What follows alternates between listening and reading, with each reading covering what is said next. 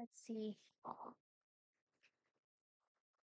Is everything still functioning? I wonder. I was told, hey, uh, after last stream, to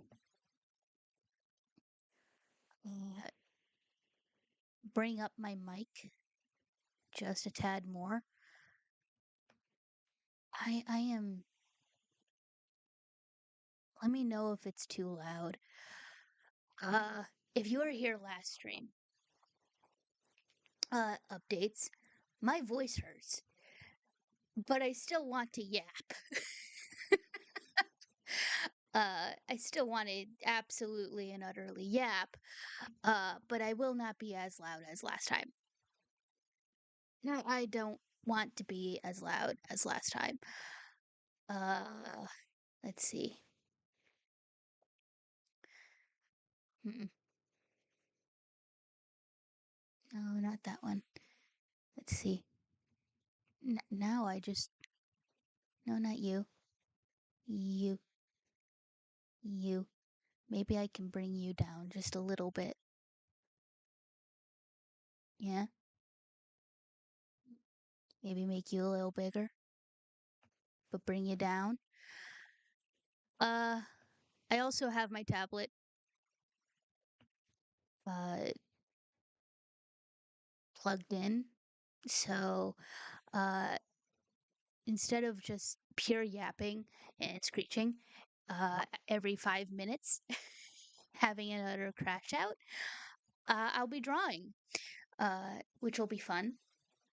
I think it'll be fun. I hope it's fun. Uh, let's see.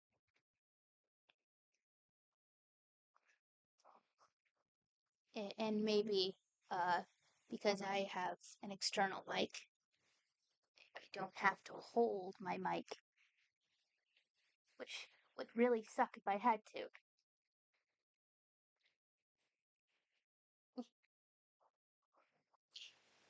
Eh, should have done this before stream, but you guys get to hear that one little noise. Oh boy.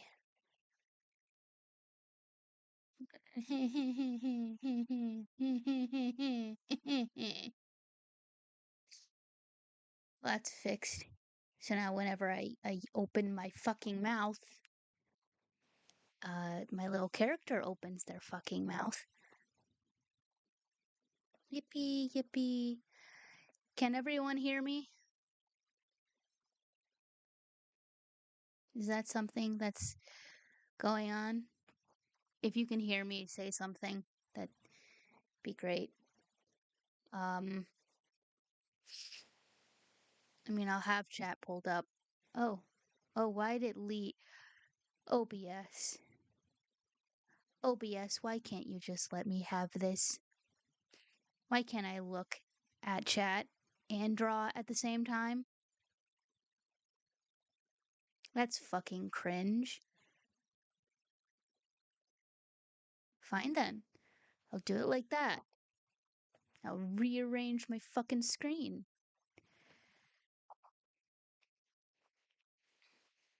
So, I guess nothing more to be said.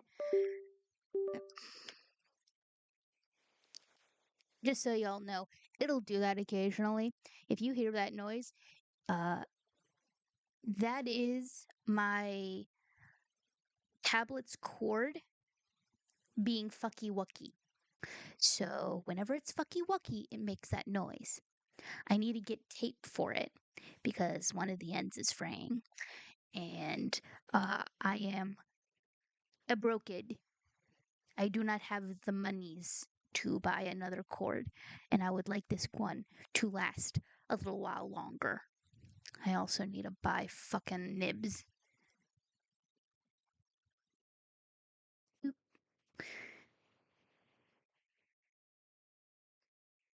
But I want to make sure everybody can, in fact, hear me in my silly little voice.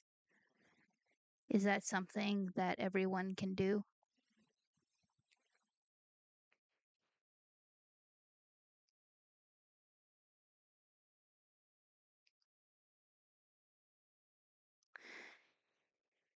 Okay.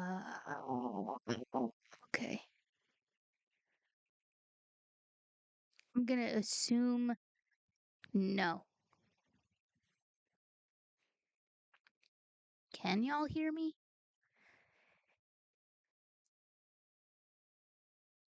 Do I need to turn up my mic? Is this something I need to do?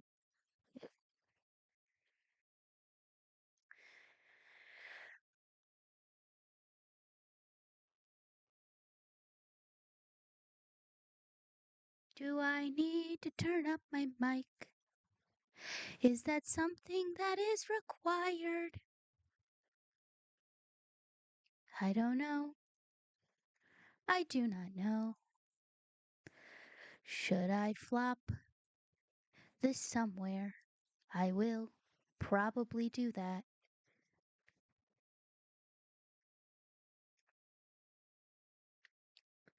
Let's see.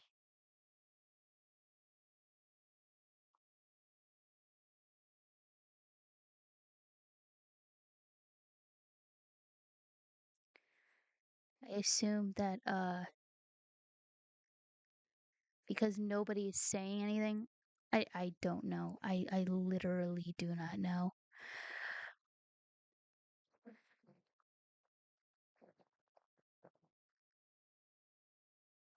I'm just gonna assume that we can all hear, and if you guys cannot hear, you'll probably screech at me.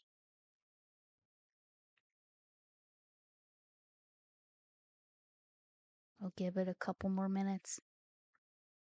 At least plonk stuff where I should plonk.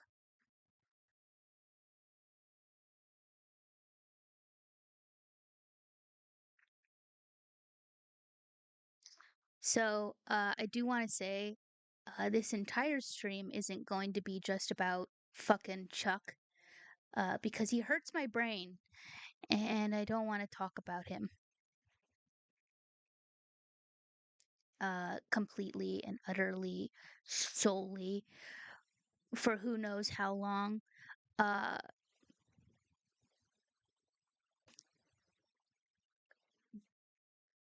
but yeah. Do do do.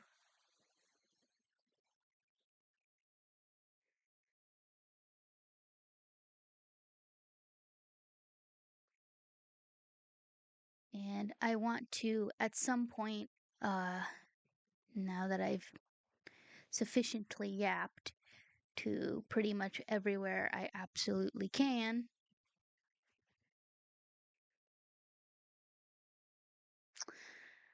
I am going to put the phone down and just assume everyone can hear me.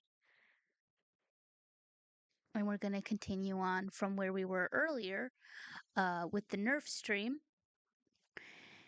Because at some fucking point,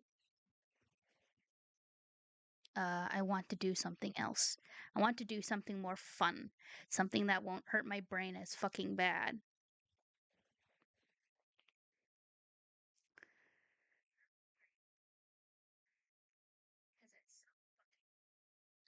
Okay. So, there's that. Cord being fucky wucky again. Lo and behold, Cord is in fact fucky wucky. Fucky wucky Cord, fucky wucky Cord. Off to the Nerf stream. Oh no, I'm pretty sure it was CPTSD actually. Whatever, it doesn't matter. Like, okay, like a Yeah, I dictionary have of like mental illnesses. CPTSD. That's your bio, dude. Like, come on. Hi, Bruce. No, not Bruce. Hi, Beetle. Hey, Beetle. I'm in the chat. Sorry. No, I know. Yeah, Beetle didn't join. I know, but I'm saying hi to Beetle because you are. Okay. What? Well, are we sharing the same brain cell? Yes, yes. Oh, Okay, I hope okay. not. Again, I kind of just You want to have know no why you went brain to Lyle. cells. And because here's the thing, Kokomo, Stop you there for a sec. Yeah. I didn't go to Lyle directly. Okay. Actually, I was actually in the middle of a conversation with Zach, and he decided to give it to Lyle. I had no part in that. So he handed it to Lyle. I stayed with Yeah, I had. Really, because Gilded is saying that you had a conversation with Lyle because Lyle spilled the beans about you. So, I said this last stream. I am not in control of Zach, and that was Zach's complete and utter decision to go and tell Lio. I do not care. I don't care. I don't care. I couldn't care less. And there it goes. Yippee! The one reason why I didn't have my tablet fucking plugged in last stream. Keep screaming, tablet. I'm so happy. Shh. Shh. Shh. I know the cord sucks. I do not have the munties for the new cord.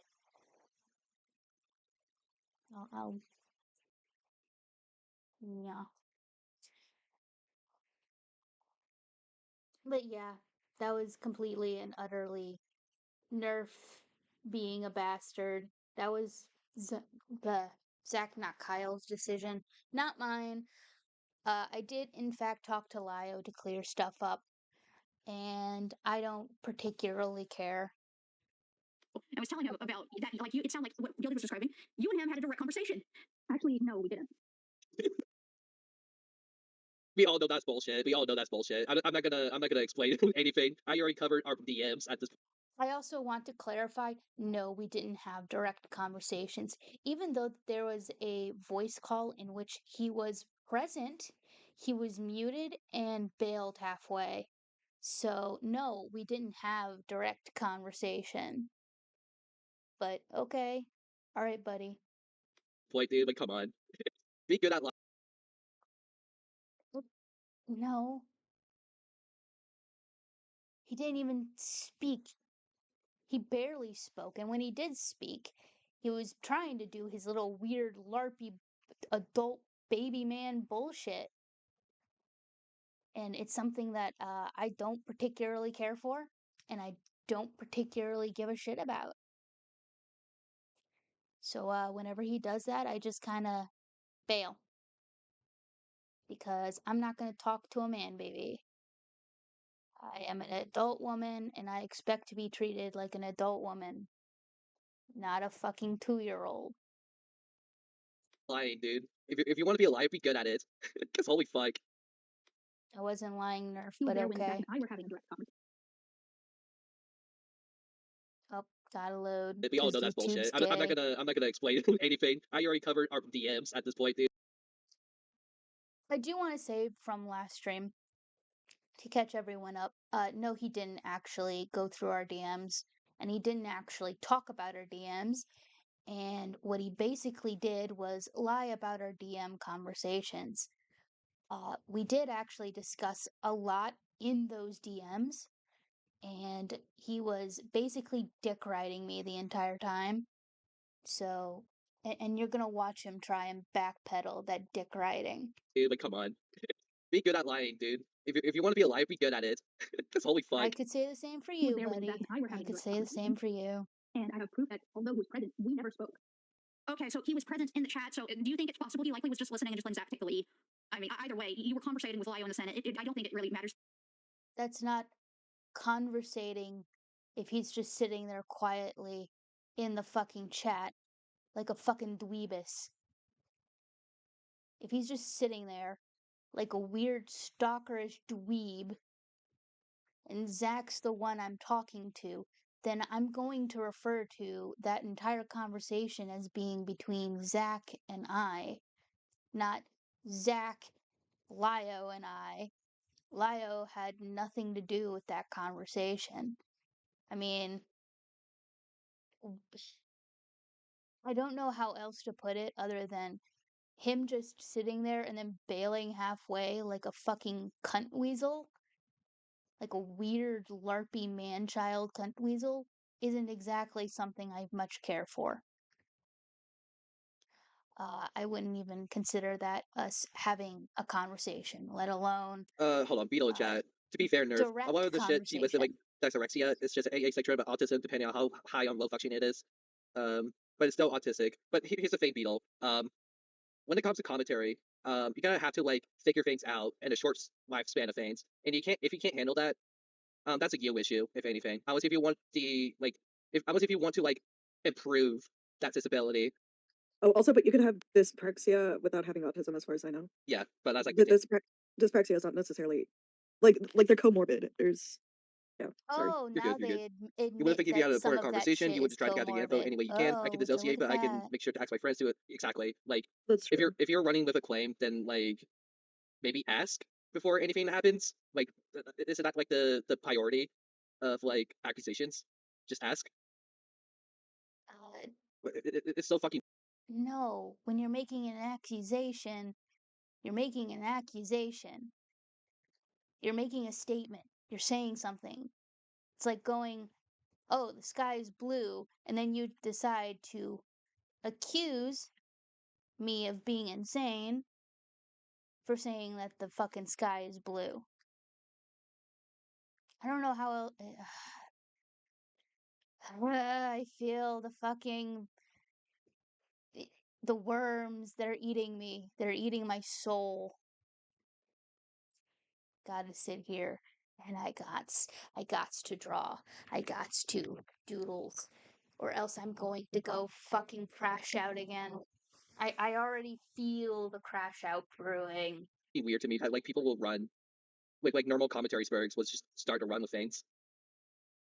I wasn't even running with anything. I was But running. let me continue. Too much. You were aware Lyle was there. I think you were pretty. Hold on. Goblin in chat. Lyle did confirm with me. Bruce didn't claim sexual harassment. It was miscommunication. Okay, thank you for that. Lyle was I going to take whatever didn't information. And claim. also, you know, Actually, well after I What? handed Zach the drive. This is a call that happened at like 7 p.m. at 7 p.m. Okay, and again, you knew that I was doing ID checks, right? At that time, because it was made public. Akuma's video even said so. That were No, ID. I didn't know at the time that you were doing ID checks. Actually, if you remember, during that time, everyone, including myself, had to not only pull your teeth, but also Kuma's Whoa, teeth. no. I'm talking about when you went to them today. Like, yeah. So, yeah, I didn't know until that day when this call is happening at like 1:30 in the morning. Which I find really fucking interesting. Also, remember Yesterday. the And this is person well- that's and you wanna know currently something that was speaking well- is let's get Cinny Bear 03, a groomer, a gun. That goblin, the minors are allowed. It's just vibes. after I had already given them the drive. Also, okay, well, whatever. But no, even before you said you were going to send it in the chat, it's visible that because Kuma's video was out and they already talked about we're doing ID verification. So that's a fucking lie. I saw the video. That was a lie because in the screenshots, and I was looking over them earlier this morning for a completely separate reason. Nowhere in there was a discussion about ID verification unless it was between, she is referring solely between the conversation of Kato and I, where I was suggesting it and was stating that the server needed to be age gated or age segregated in some way, shape, or form. And Goblin sitting there like, oh, but make it easier for groomers to find their next victim. To which I would like to argue, no, you're preventing more victims by doing that because then everyone knows who the fucking minor is. And so if somebody's doing some sussy-wushy shit with said minor in the fucking server, then congratulations, now you have an entire fucking server aware that the person is doing the sussy-wussy fucking bullshit. Ugh. I don't know which I want to do, puke Yeah, you saw the. or be Okay. pissed. Next thing too. I do want to clarify too. When you brought me the 14-year-old I banned right away. No, she didn't. It required so much more fucking conversation than it needed. It really should have just been, there's a 14-year-old. Oh shit.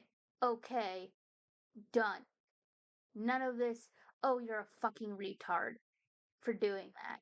Oh, you're a shitty human being for doing that. Oh, you ruined the fun for doing that. Oh, how dare you tell me about the fucking 14-year-old? How dare I, the responsible adult that I was being, tell you about the fucking child?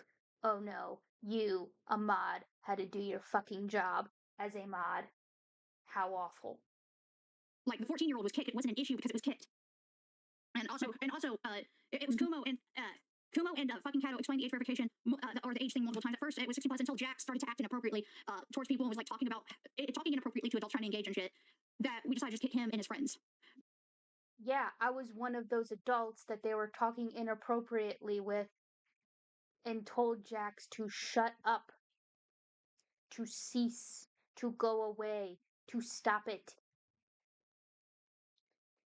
And yet you guys got super fucking pissed when I was like, hey, fucking 14-year-old in chat doing stupid 14-year-old shit with adults who are very much engaging and egging said 14-year-old on in fucking chats. Please stop. Please get rid of them. I was called a fucking retard. Now I get it. I'm not the most sane person on the fucking planet. I have it fucking public that I'm not a sane person. Just outright. But if I'm coming to you and I'm going, oh yeah, hey, you're the mod, I'm not. This is some sus-ass bullshit. We need to fix that. Maybe you should fix it. Maybe you should fix it and not call me a fucking retard for that. I don't know. Maybe that's just a tad bit bullshit, in my fucking opinion. Because you wanted to be a cunt. Boo fucking who? I ruined your fun, your ability to talk to a 14-year-old, to a 17-year-old, And I'm pretty sure, not unprompted. just myself, but a few other people have stated that having servers 16 plus, and with the current verification at that moment, Well, wasn't the best idea. Well, that was up to Kumo. Kumo was a server owner. He decided that. He made the call. No. I mean, yes, he was the server owner, and that was up to him. You had the ability. And what's even funnier is at the time, and still, as far as I'm aware, I don't think he's ever changed his opinion on that. He put that solely on fucking Goblin. And even then, as a server owner, he shouldn't have allowed Jax into the server, knowing how old he was and knowing the type of audience he had inside that server, if that was the fucking case. And also, Kumo already admitted it was negligent and he should have had 18 plus to begin with.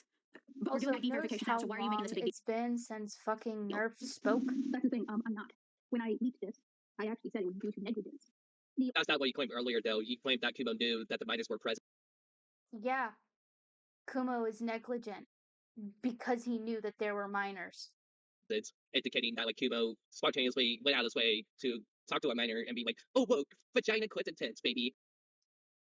That isn't even what I was saying. I was saying because he knew that there were minors in his server and he didn't make the proper precautions to protect said minors or to get rid of said minors, he is liable for any harm that comes to said minors. Fucking dumbass. Yeah, let's fucking go. Like, come on, we all see the bullshit. We all see it.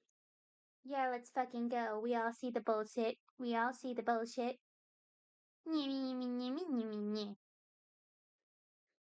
We all see your bullshit, motherfucker. The only person who had ever brought up pedo or groomer within this entire thing was Gildan. Of course Yeah, he would actually, you defend bring this it up before shit. Gillick even Of course he would defend this shit. He sexted a 12-year-old.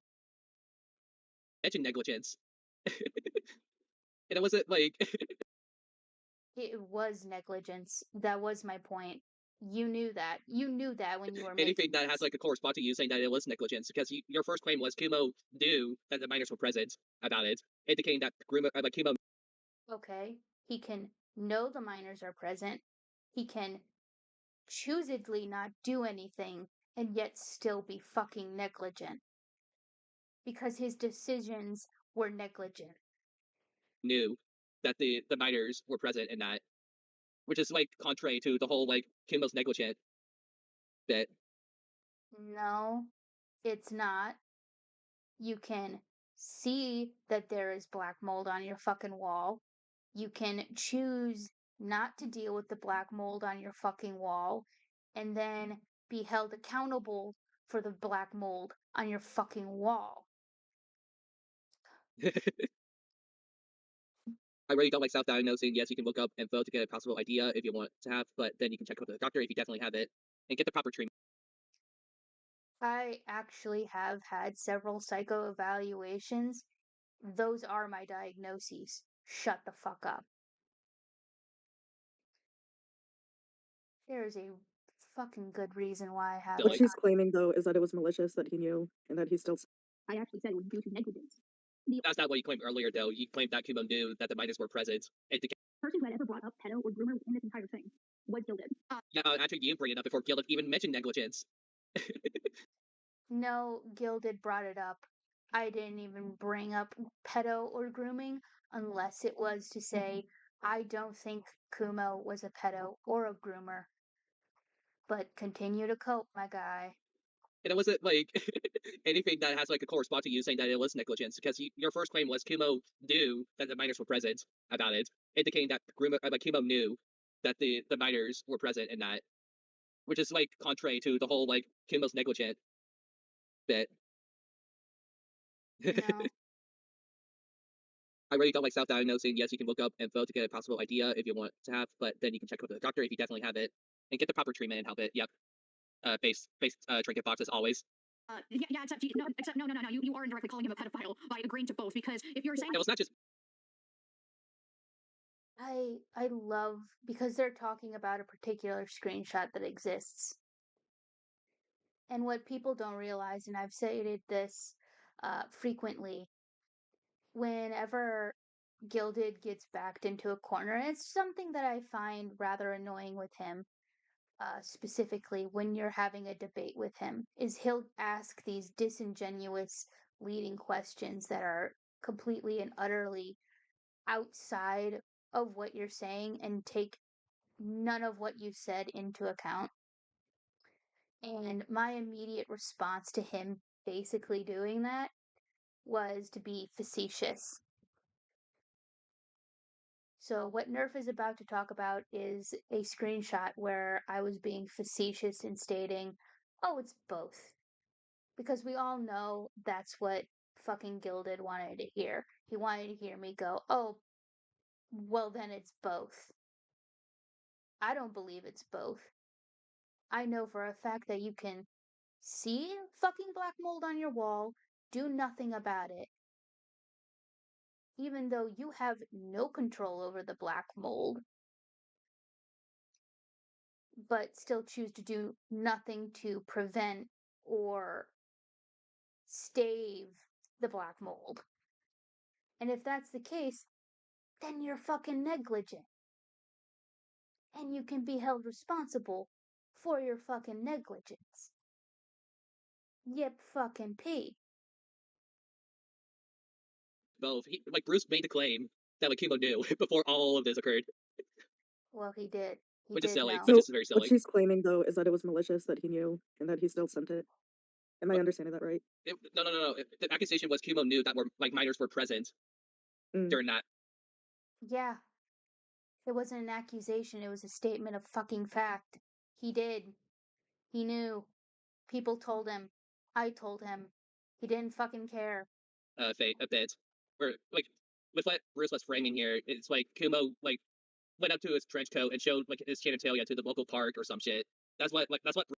No. None of my wording would have brought you to that conclusion unless you wanted it to. Unless you really disingenuously wanted to frame it like that. Unless you specifically were looking for that specific fucking narrative yourself. And because I used to run in those same circles, I have developed a new way of talking, which is really foreign to me as a person, where I'm now fucking hyper specific about what I say. Because now I know people like Nerf will take whatever the fuck I say, no matter how the fuck I say it, out of context and disingenuously for no fucking reason, just to sell a claim. But of course, this is fucking Chuck. He likes to lie. He likes to lie and yap and lie and yap.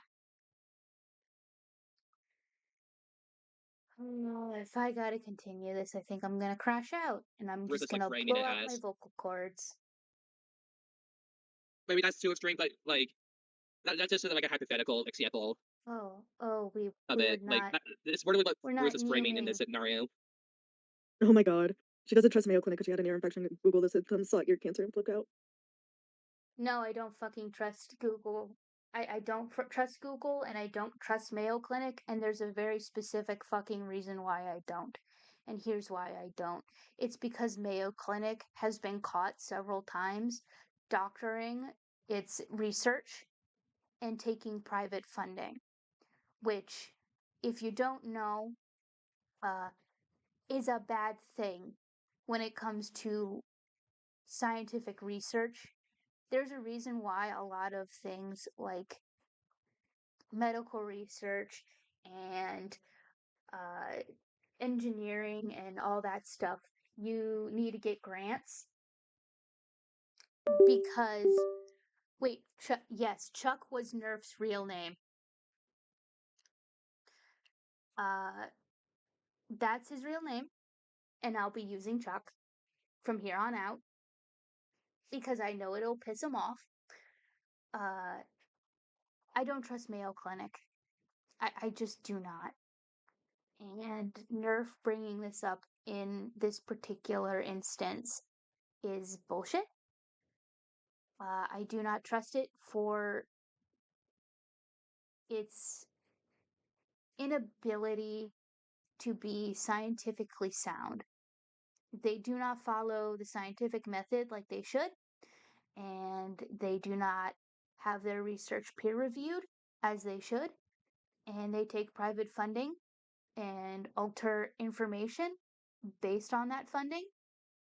So I do not trust them. I do not. Anything that comes out of Mayo Clinic, I don't want to hear it.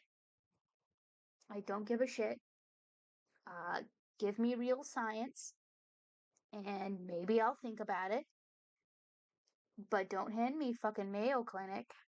Do not hand me your little bullshit, backhanded Google shit. I do not care. I don't want to hear it. But anyways. That's funny. What the That's funny. fuck? But furthermore, what does that have to do with Kumo knowing that there's minors in the fucking server?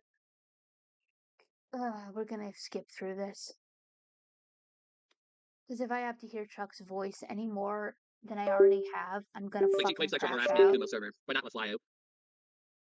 You literally said you were in the chat? What do you mean by that? Probably referred to Bruce. Oh. Yeah. You literally said.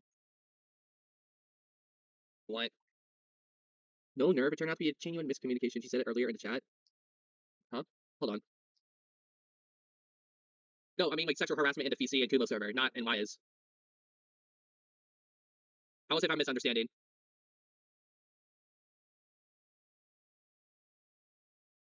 Like she claims sexual harassment in Kumo server, but not with Lyo. Because Kumo sent me fucking gay black porn through my DMs without my permission or explicit knowledge or approval. Which is, yeah, a pretty big fucking overstepping of my own boundaries. If you know about my boundaries when it comes to NSFW in DMs, I don't want to see your porn unless I ask you to. Don't send me your gay ass black midget porn. I don't care. I don't want to look at it. You literally said you were in the chat? What do you mean by that? Probably referred to Bruce. Oh. Yeah. What the fuck are you talking about? Of course he'd say Alright, that. so- Whoa. What the fuck? Hey, Beetle. I cannot shit, hey. confirm or deny. I wanted but to explain because I can't speak. Okay, no problem. What's up? Yeah, essentially, Bruce and Lio had a conversation, and Lio took it as Bruce saying that Kumo sexually assaulted her in VC verbally.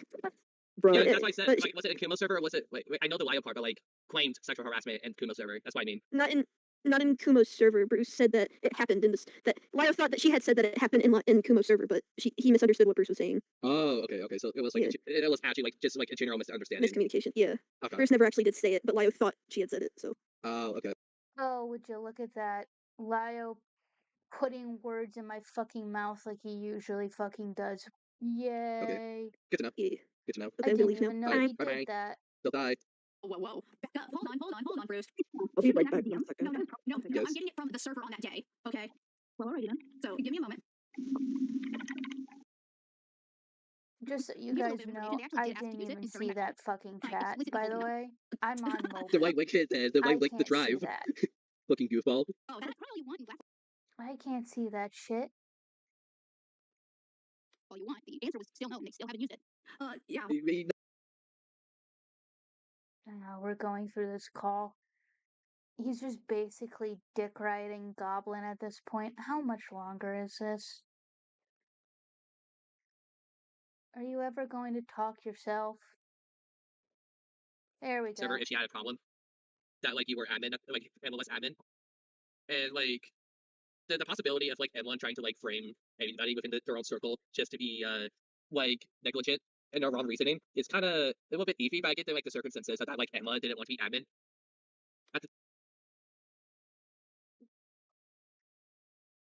I didn't frame everybody as negligent. I framed Kumo as negligent because Kumo was negligent.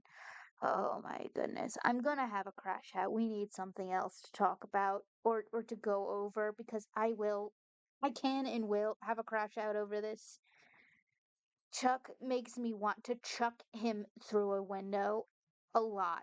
And if you want to see my crash out earlier, you're free to look at my crash out earlier. I'm moving the fuck on. Simply because I want to. And we're gonna go to something else. I don't know what exactly we're gonna go to, but we're gonna go to something else. Actually, I know exactly what we're gonna go do. I'm just gonna prep for it. Yeah. We're gonna have a fun little gay time. Because why the fuck not?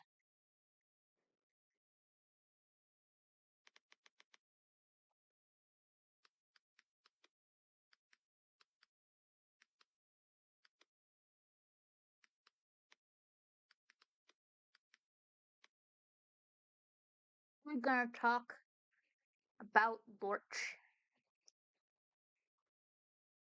We're gonna have fun talking about Lorch. It's in the mid 20s. Lorch doesn't make me want to completely crash out, and I can sit here and yap about Lorch.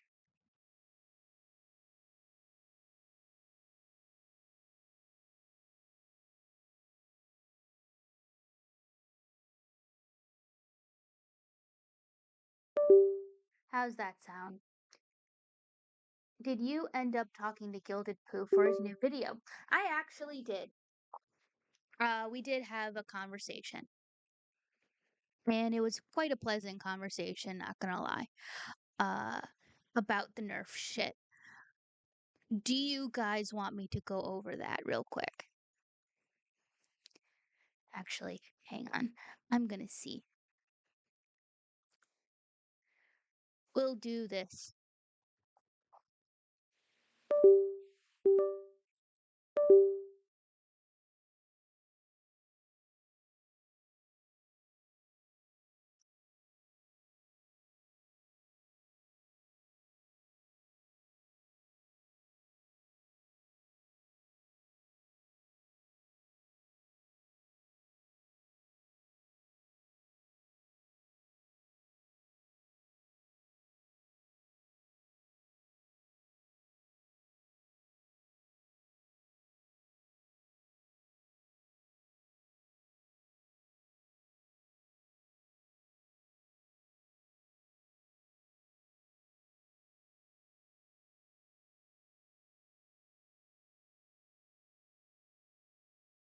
There we go.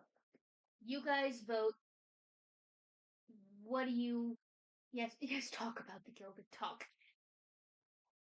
You guys decide. I'm getting fucking water. Actually, I have tea over here. I'll just grab my tea.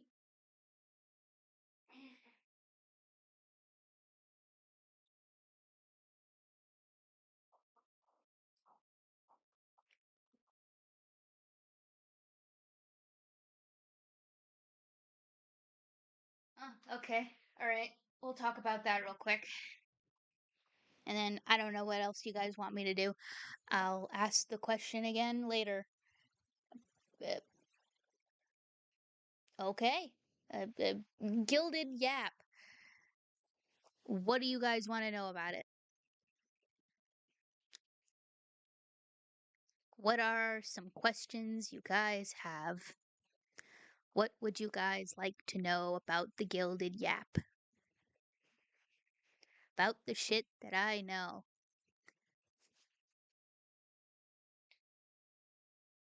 What are some questions y'all would like to know of and have posed?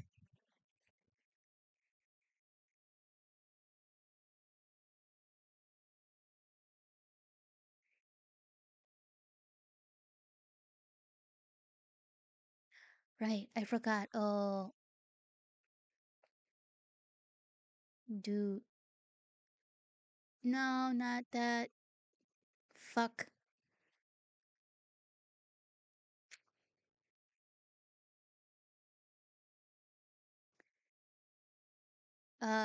What did you talk about and how was he in call? So, okay. Gilded Poo, when you do have a conversation with him and you're not debating the guy, uh, he can be a he can be a rather pleasant person to talk to. I don't mind talking to him. Actually, I would, out of all the people in art commentary or even in that space, if I had to sit down and have a like coffee table fucking conversation with them, I would pick Gilded because he isn't an absolute shit turd. Uh, but much like the rest of the ACC, he does have problems with admitting when he's wrong or admitting when he has something incorrect. But I will say he seems to be, after starting to distance himself more and more from art commentary and the anti art commentary community, some of that seems to be curbed, at least a bit. So he isn't a terrible person to talk to. He can be rather pleasant. It was a rather simple conversation. He asked me about how I got the Twitter thread, and I told him about the Twitter thread and how I got the Twitter thread. Yeah, he's stubborn, but he isn't an absolute horror to talk to. And I would rather much prefer, out of everyone in that space, to talk to Gilded or Beckett. In all honesty, I think Enla is too spineless and too two-faced to actually contribute anything or really be of any, I don't want to say use, but you can tell the type of person she is because she defended Nerf. And after having a whole tirade about me, so I didn't sext 12-year-olds when I was 17, and I certainly didn't sit in chats uh fucking uh, rizzing up groomers like certain two people we were just screeching about. I do apologize if me reaching out to you on Discord out of nowhere about it was a bit super sudden though. No, it's fine. Despite what people want you to believe, I am not beyond reproach. you can come talk to me. You can DM me. I do not care. Enla is too nice. She wasn't very helpful when someone sent a package to someone possibly doxxed by Senate. Enla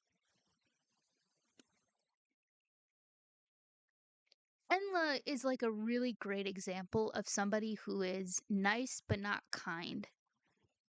Somebody who will act absolutely and utterly friendly towards you, but have the absolute worst intentions for your existence.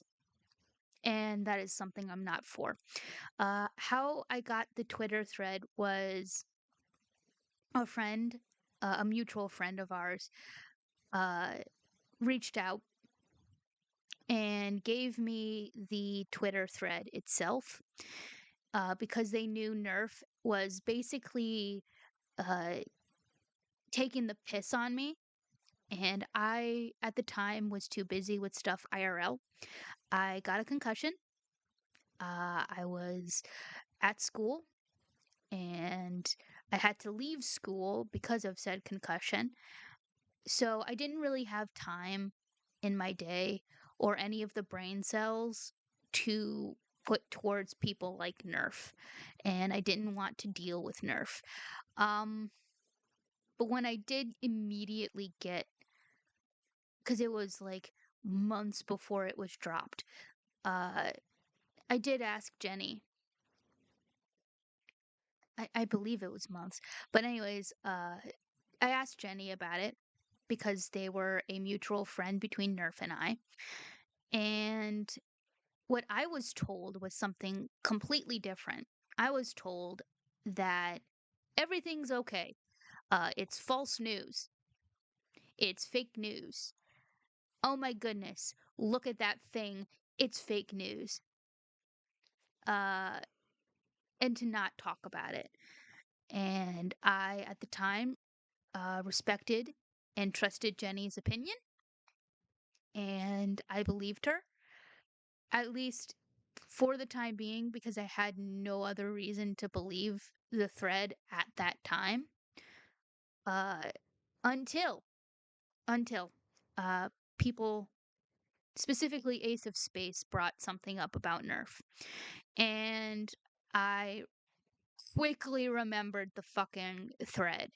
And I was like, hey, this thread exists. He did, in fact, sext a 12-year-old. And he fucking admitted it. Here you go.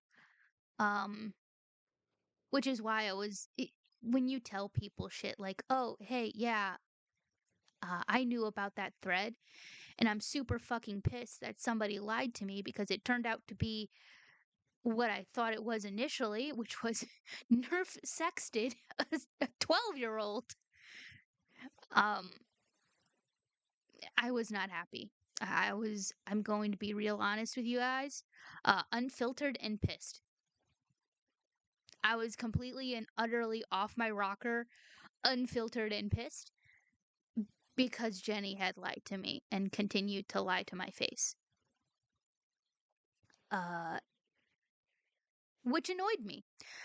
And I don't talk to them anymore because after that, I couldn't. I can't trust somebody who looked me in the face and said, oh, this is fake news. Don't worry about it. You don't need to say anything about this. Even though this came rolling in your DMs, you don't have to worry about shit. It's fake. It's all fake. You're good. Nerf didn't actually do this. Because at the time, now remember, I hadn't seen his little Enla Apocalypse video, and I didn't want to. I didn't have the time to sit through Nerf being fucking Nerf. I didn't know he outright stated he hated me. And how he was, quote unquote, trolling me and lying to my face, essentially. Which is an utter cope because he absolutely was being friendly towards me. He was being a little more than friendly towards me, I would say. Definitely wanted the information that I had at the time. Worked a little too hard to get that information from me. So yeah, I had the Twitter thread roll in my DMs, and the only reason why I haven't told who who gave me it was because they don't want people to know about it. They want to stay solidly out of drama, and I will respect that decision. Looking back, did you feel like Kumo and Nerf projected onto you even on an unconscious level? Absolutely. They definitely did. Oh, Bruce is such a degenerate sex pest who wants to talk to young kids, uh, insert Kumo, who decided to, well, fucking Riz Cinebear. I don't know how else to put it. He wanted to Riz Cinebear, and that's what he did.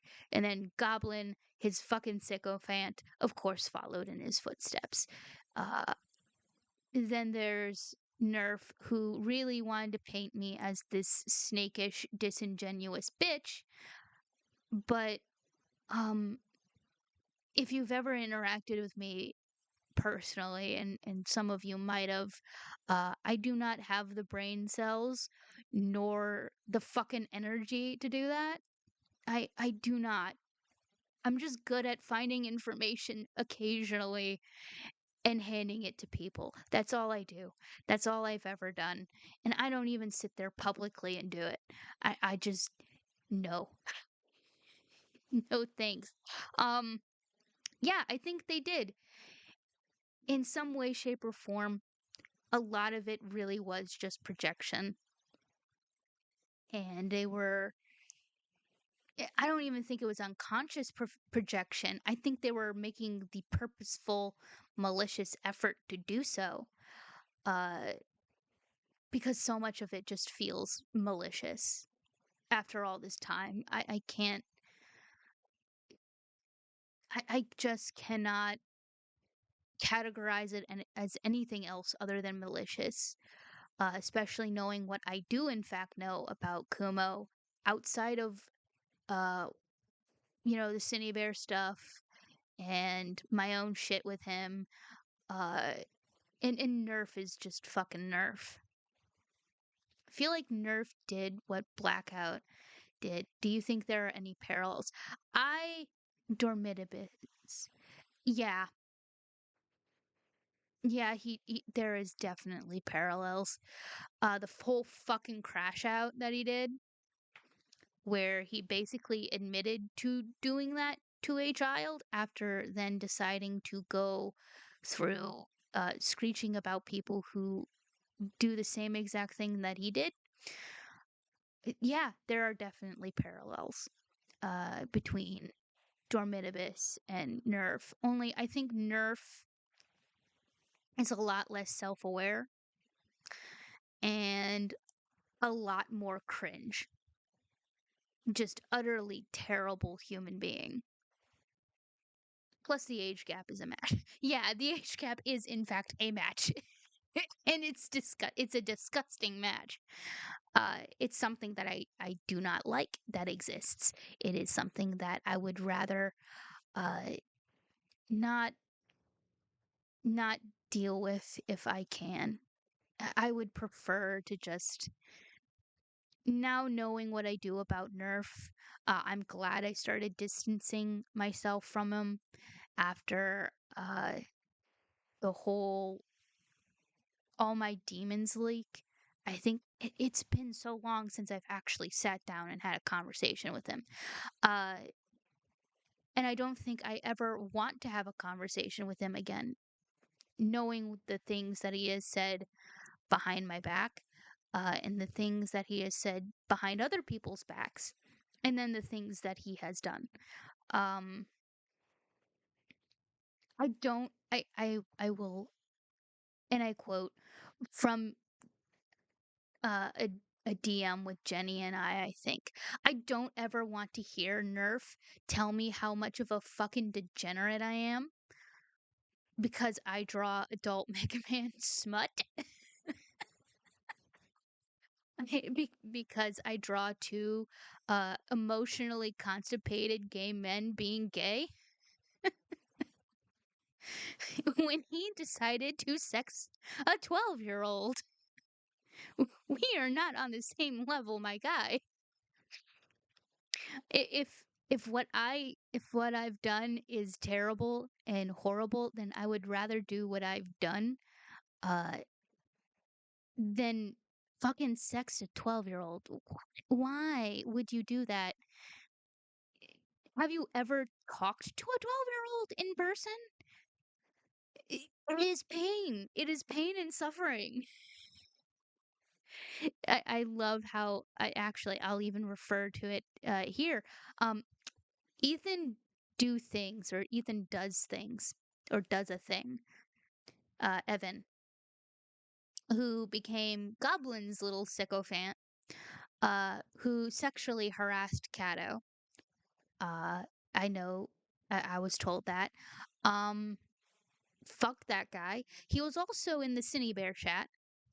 You know, the one where Kumo is rizzing up Cine Bear and Goblin wants to get Cine Bear a gun to protect herself and he's making silly little woo-woo memes. And that motherfucker was like, "Oh, stop drawing Mega Man porn." Excuse me, motherfucker? You were rizzing a groomer. You and I are not on the same level. Fuck you. I guess it'd be one thing if it's like 17 and a younger high schooler. Still not okay, but 17 and a 12-year? Yeah, what is this? The Dark Ages? No, no, not even then. It's like you're 18, 17, and 16. I can understand. Do you think Kumo or Goblin are beyond? Yes. I can see, like, after the All My Demons shit, there was a way that they could come back and a way that they could learn. And I really wanted them to fucking learn from that. And that didn't happen. And very clearly that needed to happen so the Cine Bear shit didn't. Kumo just straight up made lolicon posters. A lolicon calendar last I checked before he DFE'd. That was a thing you could buy from him. And he was rizzing up fucking Cine Bear AO3, who definitely, like, there is no other argument to be made. She just groomed Eno. I do not care what Eno has done. They were groomed by Cine Bear, and that in and of itself is just shit. And to have Kumo and Goblin sit there and be all buddy buddy powwows, ooh woo, show great bullshit in their little groomer chat, groomer support chat. Yeah, I don't care. Stay away. Stay off the internet. Go away. You know what? Not even stay off the internet. No, just do not have a platform. Like, at all. I don't want them to have a platform. I don't ever want them to have a platform. I think that that ship has long since sailed. Them having a platform would be a bad idea. Because if that's the decision that they are making at the ages of 20 and 21, I don't want to think about the decisions that they would make at any other point in time. I mean, I know I was a fucking dweebus at 20 and 21, but I wasn't at the level of support group for a groomer level of dweebus. So moving forward, what are lessons to be learned beyond the obvious? Beyond the obvious of do not talk to a groomer is maybe, I don't know, maybe it's because I grew up in a Protestant Christian household. But I was told to be at least somewhat aware of optics. And I may not be the greatest at it, and I may not be the best, but at least having a basic set of standards, having basic morals, and why basic morals and standards exists, is something that they just need to learn, and they need to stop bucking that. People have age gates for a reason. People have age segregation on their servers for a reason. that needed to exist. They needed to stop when somebody comes up to you and is like, "Hey, this is a problem. You need to fix it. I am here to support you while you fix it, but you still need to fix it." They need to fix it. Like if you walked up to somebody and said, "Hey, there's black mold on your fucking ceiling. Maybe you should get rid of the black mold." Your last decision should be calling them a fucking retard. If that makes any sense. They just Kumo needed to be humbled. And he needs to figure out a way to curb his ego. I don't know if it was the schizophrenia, but I do know that from my own experience, he exacerbated, and purposely so. Like, he made an active decision despite knowing that I had CPTSD to trigger that CPTSD, despite knowing that was a bad idea and that's a bad decision. He also would prey upon Kato and her own mental disabilities, and that is not my place to talk about, but that is a fucking shitty thing to do, and he shouldn't do that. Hang on. Oh. I hate sneezing. Not sure if you heard, but I don't know that Kumo had a hard pass, but I do know that Kumo, yeah, Kumo did. Kumo had a really shitty past. It doesn't excuse anything. I've had a shitty past.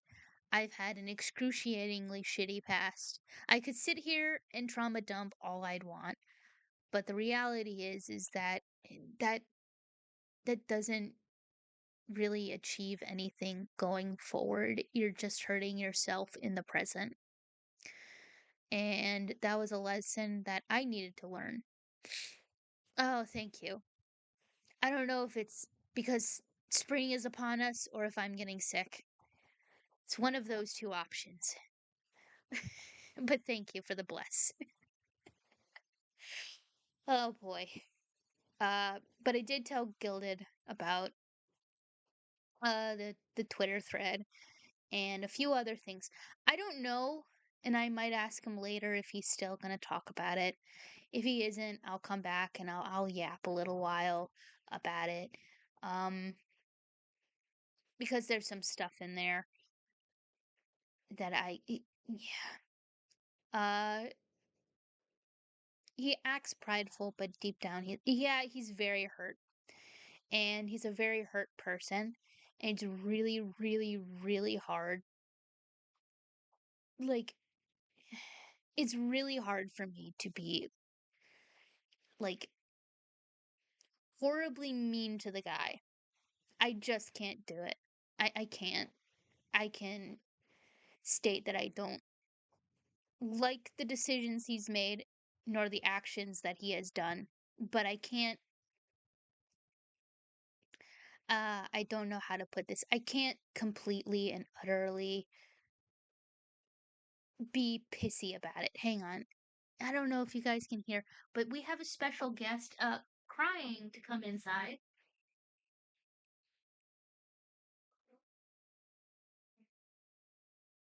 Maybe if I bring my mic with me, we can get his take on this. Yeah? Yeah? Yeah? No? No? Okay. I don't know if you guys heard him. That is Sunkiss. He was crying because he got left in the dark. Is it a dog guest or a cat guest? It is very much a cat guest. Hang on. We'll be right back because if I don't go grab him, he's just going to come back and cry at the door again. There he is. Hang on.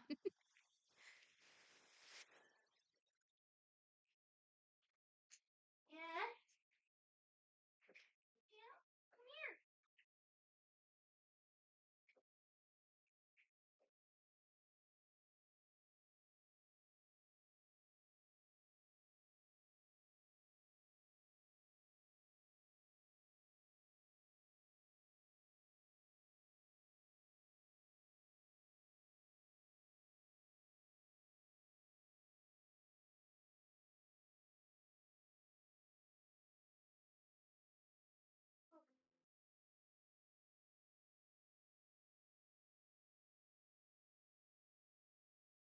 So, for context, Sunkiss does not like being alone. So he'll just sit and cry at the door whenever he's feels like he's alone. That's all my questions on my end. Okay. I don't know if anyone else is here. If anybody else has questions, hey, feel free to shoot them. I don't mind answering questions, and I do not mind just sitting here and yapping for a little while. Yeah? You have opinions? Do you want to let other people know about your opinions?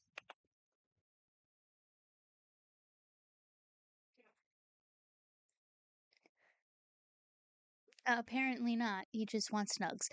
Okay. So, unless we have other things, other questions, and we'll wait and we'll let people come in after Gilded's video and let them poke their heads in if they so choose. Uh, let's see. I wonder if I can do 2 of these at the same time.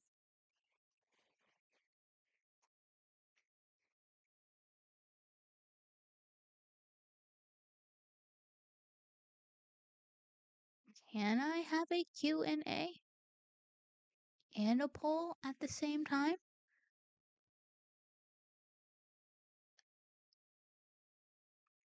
Okay. But in the meantime, uh, let's see. Because I do want to see how this would work.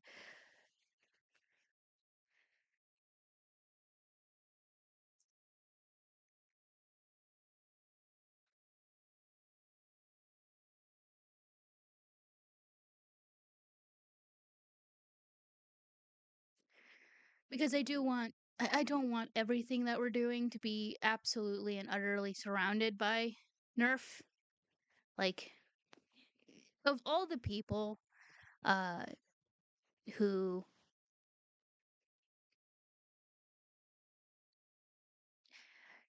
I wish I knew who Dante from DMC, Devil May Cry, I think that's what it is.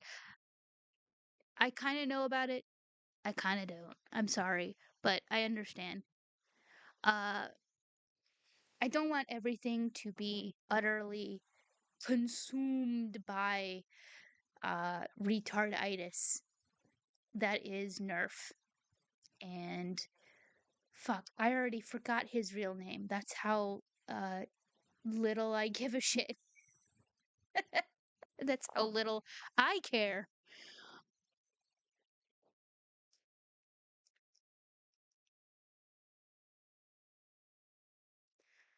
I will. I don't think I'm going to. Uh, hang on. I'll grab my phone. I'll poke. There you go, Chuck. His name was Chuck. He makes me want to chuck him through a window. That's correct. I remember now. I want to kill him. He hurts my brain.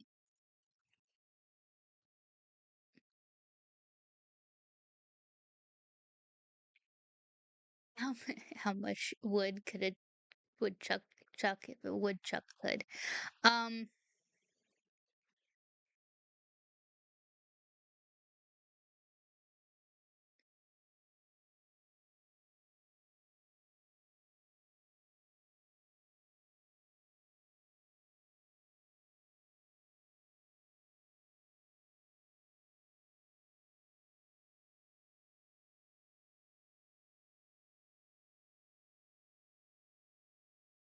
so I'm just gonna plonk that there, but I don't want it to be utterly and horrifically consumed by, uh,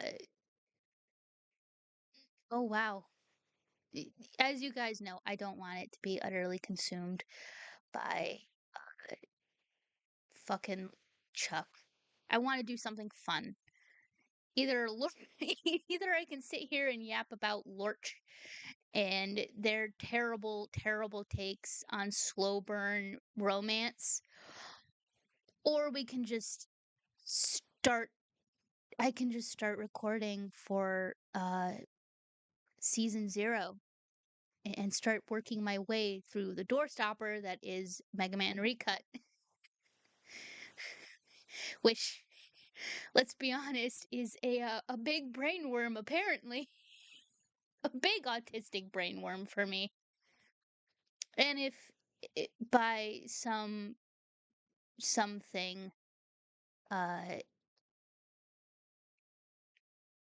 what is it? Like, if by some reason we end up oh, how would I what would I even put here? If we have to, yeah, if we have to come circling back to Chuck, we can. No, not there. You guys get to see my Discord for a hot second because I don't know what I am doing. We'll go kerplonk on that and have me yap over here. Yay! Yay! I get to do my concussion therapy exercises for today by trying to read. Well, both. Uh, where is it? I have no idea who. I don't know. I don't know about the ping. I did not see the ping. The ping does not exist. The ping is not here. We'll get there eventually. I could either yap about Lorch and their terrible takes of slow romance, slow burns, or recut. One or the other. I mean, I'll eventually circle the fuck back to Lorch. I already have an entire script for Lorch and for Lorch content, but you know what? I'm making the executive decision with the one vote, with the 2 votes of Mega Man Recut reading. I guess I'd start with slow burn romance. I mean, I could. We can watch as I slowly go insane. I mean, I guess it is. They're both technically related, I guess. We'll just get there eventually. All right, I'm disconnecting my tablet. It's going to drive me up a fucking wall if I don't.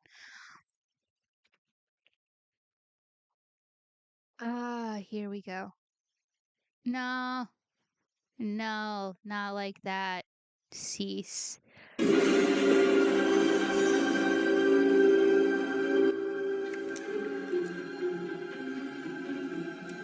You've won nothing. Cringe.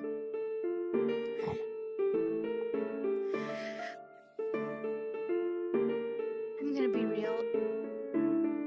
As somebody who has watched The Owl House, the original dialogue for that scene is just 100 times better than whatever the fuck she just put on.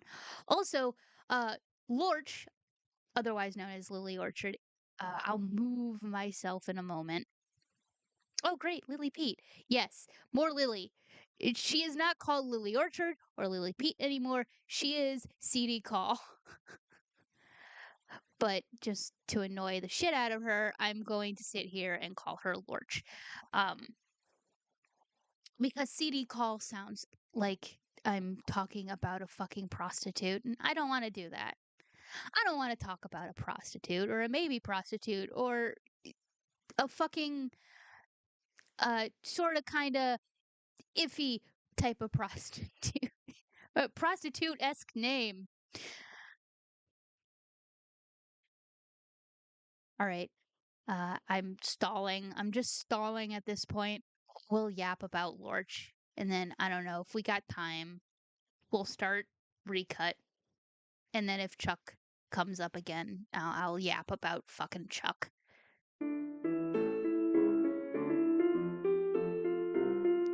Even though I much prefer not to talk about Chuck at this point. In my last video on the Owl House, I made the remark that I would only view all the content with Luz and Amity as a positive if they got together a significant amount of time before the series finale and stayed together. This struck a nerve with some people, and there was a consistent refrain from the audience of let things develop naturally and slowly. You want to know the problem with that? You can only choose one of those. One of my Bullshit, Lily. All of the relationships I have ever had romantically, in the slightest, developed rather slowly. But I don't know. Anybody who is not a demi ace arrow in chat, did your shit just come? You know, we'll ask that question when it gets here. But you're going to find throughout this entire video that she's just kind of neglecting the fact that not everybody falls in love instantaneously and wants to immediately fuck.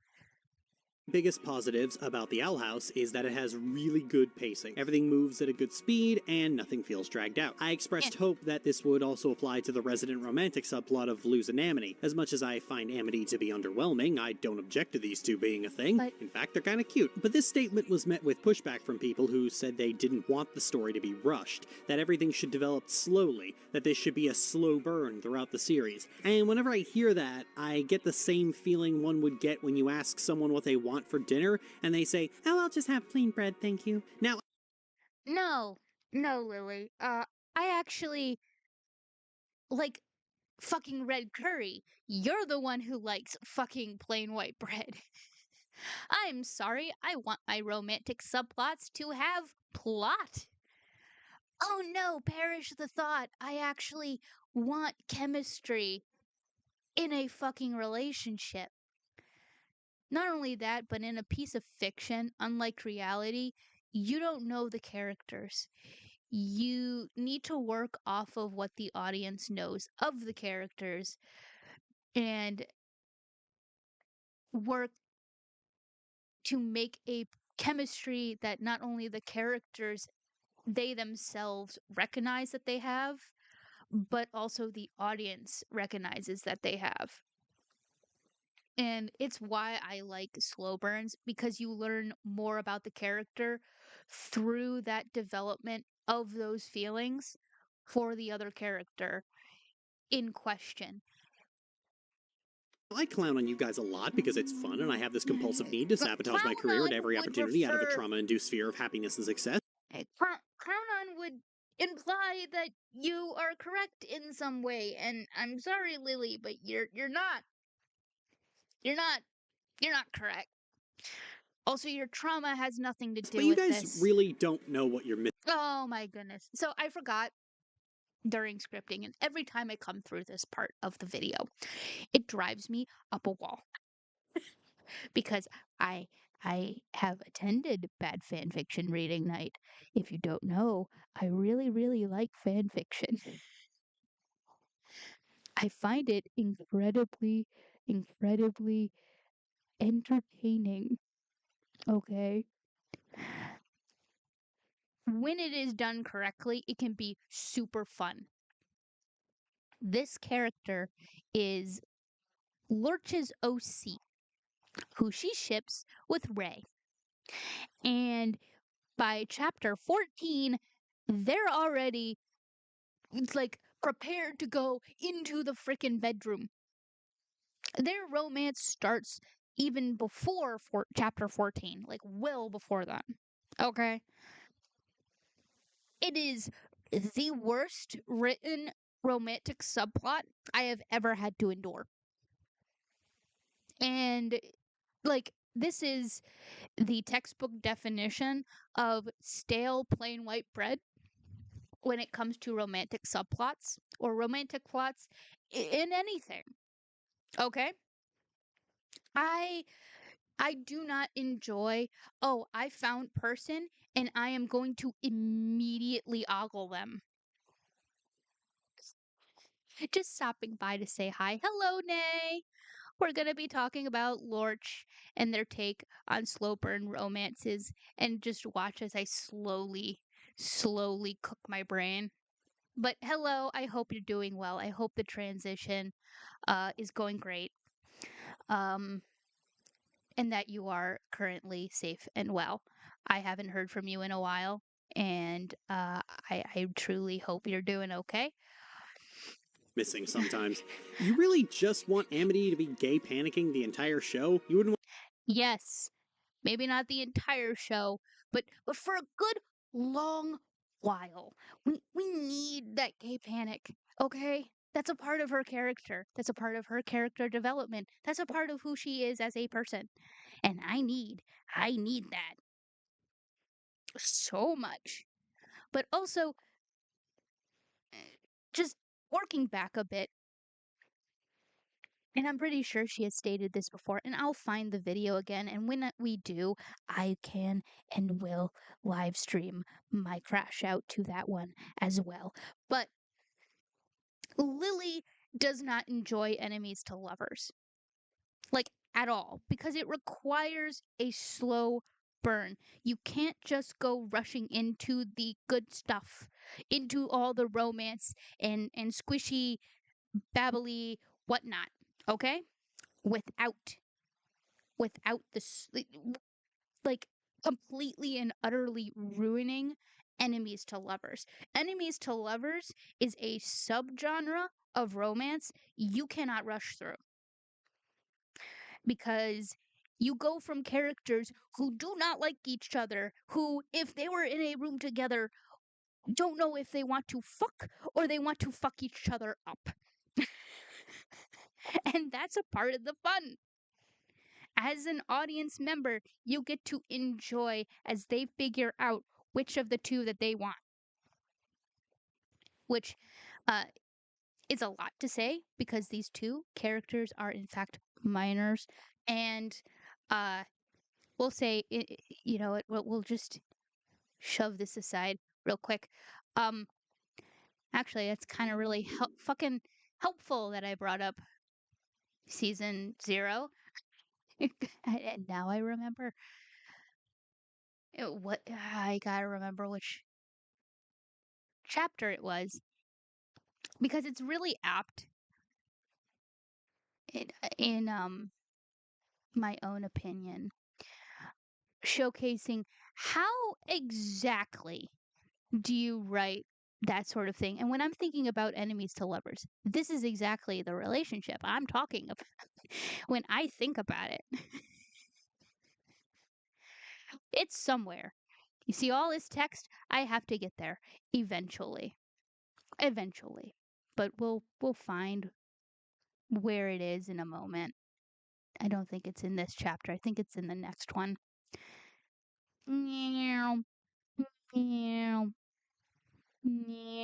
See all this text? We'll get there eventually.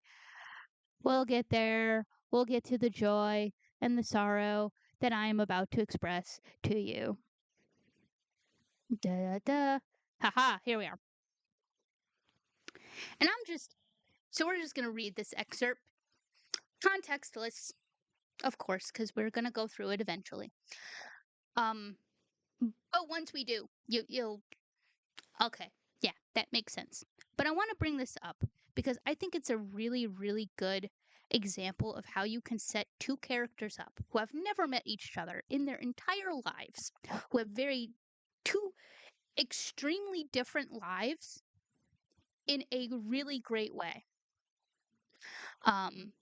And you know what? I'll also bring up karma as well, because that's related to this. It's the other end. Da-da-da-da-da. But while we do that, I'll let fucking Lorch yap. You want to see them be cute together? Or snuggle? And you know Luz would. You know she's a snuggler. Okay, let's get down to it. Yes, Here's where she the would. problems begin. How many of you have actually been in a relationship before? For real, how many of you have been in a relationship and stayed in that relationship? Because I'd hazard a guess that it's not a lot of you. The idea that a relationship has tons of I did. pining I had 5 relationships and they all ended rather poorly, even though I really shouldn't. I took like 5 relationships to realize that dating is not for me. So you get that? Oh, you don't want to see them cuddle, you don't want to see them be romantic? No, that's not what we're saying. We want it to take time. So, we're just going to take a small detour. I'm going to read to you these 2 little excerpts, right? These 2 little sections. Relatively little. We'll say relatively little. All right? And we're just, I'll just start from the beginning of this section and go to the other section once I'm done with it. But I think it's a really good way to set up 2 characters who I've never met, who have 2 very different ideals. Okay? 2 very different lives, 2 very different thoughts. Okay? And then afterwards, you tell me, would you then immediately shove them into a closet to have them fuck? Okay? Would you do what Lily does and try to get them to fuck as fast as humanly possible? Okay? All right? Okay. From what Proto could gather, the Steel Crescent Syndicate was the most feared criminal mob in New York City. They controlled a casino called the Cleopatra, which was the only place Dr. Wiley avoided more than the police headquarters. The syndicate was supposedly comprised of the most powerful robot masters on this side of the law. Known by few, the syndicate's presence was more often felt rather than seen, like the chill before a deadly frost. That was other than the crudely carved crescents that they left as warnings to those who displeased them. We'll get more into that later. Proto didn't know enough about organized crime to be intimidated by any of this. He just couldn't take it seriously. To him, it sounded a bit like tales of a boogeyman under the stairs. Dr. Wiley did not like what Proto was about to do at all, no matter how much bullet Phil will eventually get to this character. Just ignore it for now. No matter how much Bullet Phil was offering to pay them. The last 4 of Bullet Phil's lackeys that had tried what Proto was about to do had all abruptly disappeared. As usual, Proto was warned that if he got caught in a bad situation, he was on his own. Proto traveled by foot to the address Bullet Phil had given him, which was close but not quite within the criminal underground. It was by far the nicest building on the block, with the same scrubbed sidewalks and spotless blast-proof floor-to-ceiling windows of the Cleopatra. Proto entered a double sliding door to an austere modern-style lobby with white tile and indirect lighting. It was undecorated and barren, save for a few white furnishings and an elevator with no outside call buttons, and a heavy, plain black back door without a handle. It reminded Proto of a stage set whose details hadn't been completed quite yet. It was unsettling, even without knowing that this building was owned and operated by a mob and reportedly home to a dangerous robot master. But he saw no robots or even any human gangsters. That the only other soul in the lobby, apart from himself, the concussion is concussioning, from himself, was a young, thin human with jet black hair and rimless glasses sitting behind a plain desk with a computer and a phone. He was fairly handsome in a sharp, dressed to intimidate sort of way business professionals in the city adopted, yet had the same somewhat vacant expression of someone who did not have a lot going on in his head. The human looked up at Proto, his pale eyes sweeping up and down from head to toe, lingering for a fraction of a second. On his scuffed shoes, the shoulder pads of his suit, his unbuttoned collar, Proto strode up to the desk confidently. Hey, I'm looking for the syndicate.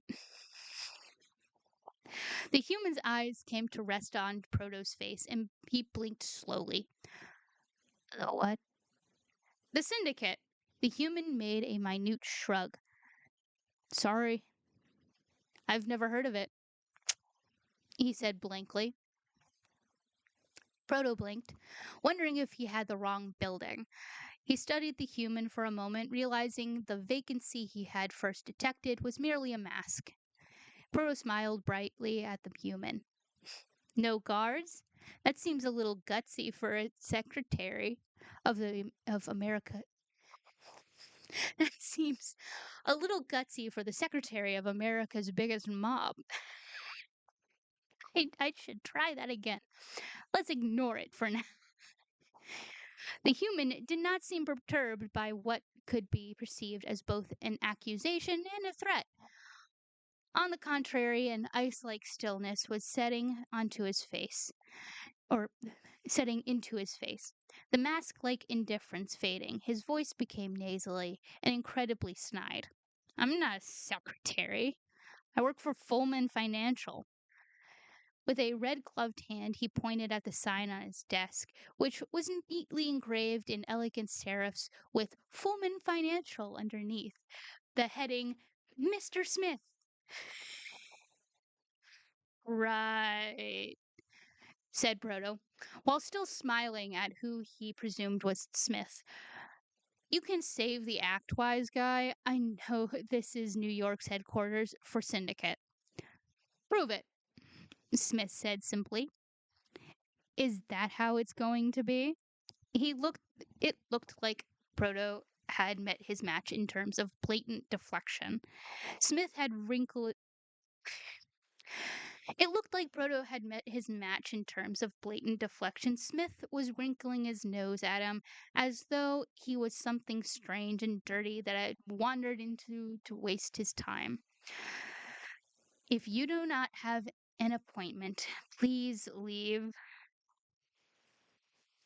How do I get an appointment? Smith smiled coldly. You can't.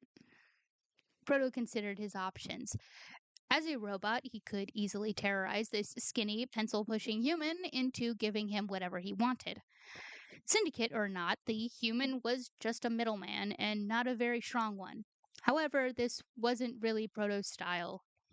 He'd play it nice. For now. Smith was watching him over his rimless glasses. Proto had captured Smith's momentary curiosity, who seemed to be toying with the ideas of when and how to throw Proto out, and Proto planned to take advantage of his attention. Listen, Mr. Smith. Smith isn't your real name, is it? Of course not. Whatever. I'm looking for an investor in a startup me and my partner are creating, said Proto. Bullet Phil had told him to try and get past the man at the desk and steal as much inside as he could before getting caught. However, Proto decided to go off script. See, if he could strike a deal with the big bad syndicate, which could lead to more interesting crime opportunities than what Rajenko and Bullet Phil were coming up with, I'd like to have a chat with your boss. Or at least the robot master in charge, Proto said hopefully. My boss is not interested. Pardon? I said he's not interested. Proto glanced pointedly at the phone. But you haven't checked. Mr. Smith smiled condescendingly. Proto paused, then changed tack. Hear me out. My partner, Dr. Wiley, builds robots. Haven't heard of him. Smith cut him off. The syndicate doesn't do business with second-rate amateurs. It's ran by people much smarter than Mr. Wiley. Whatever. Smith scrunched up his nose. Is his surname really Wiley? Yes, I think, answered Proto. To be honest, he had really no idea. And your name is? Eric McErickson, Proto invented promptly. No, it's not, said Smith, looking annoyed. It's the name I'm going by here, Smith. Smart, Smith's voice lowered. I don't know if you've heard of this place. I I don't know how you've heard of this place, but leave. Now, I will come back and do a more serious reading. I promise. We'll get there. But by this point, people, friendos, peoples, I swear, my good friends, would you then shove them into a closet and have them fuck? My answer is no. I would be more interested in watching these two motherfuckers interact and then get to that point. And then get to that point. But of course, I've yapped enough. We can get back to Lorch. My whole point is, after hearing all of that, would literally any of you be interested at fucking all in just shoving them into a whole ass fucking closet? Okay? So put those two in your head, all right, as I move forward. To emotionally constipated gay men who are absolutely shitty people, keep that in your mind. Moving onwards. From a distance, and all that prelude is the real We're meat of the back. story, is one that immediately tells me that a person's experience with relationships in real life has only been pining and watching from a distance. People more experienced with relationships, or just managing to have at least one really good one in their lives, tend to have a different view of them entirely. Oftentimes the good relationships are the ones you didn't see coming. I mean, true. Problem is, Lily, you don't want to have a good, entertaining romance story. In real life, shocker, real life is different from fiction.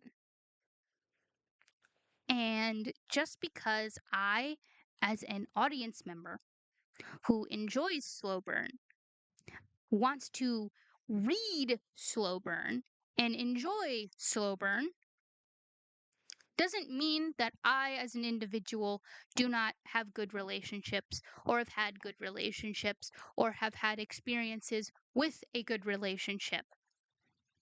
Because, surprise, surprise, you can do all of that and enjoy slow burn.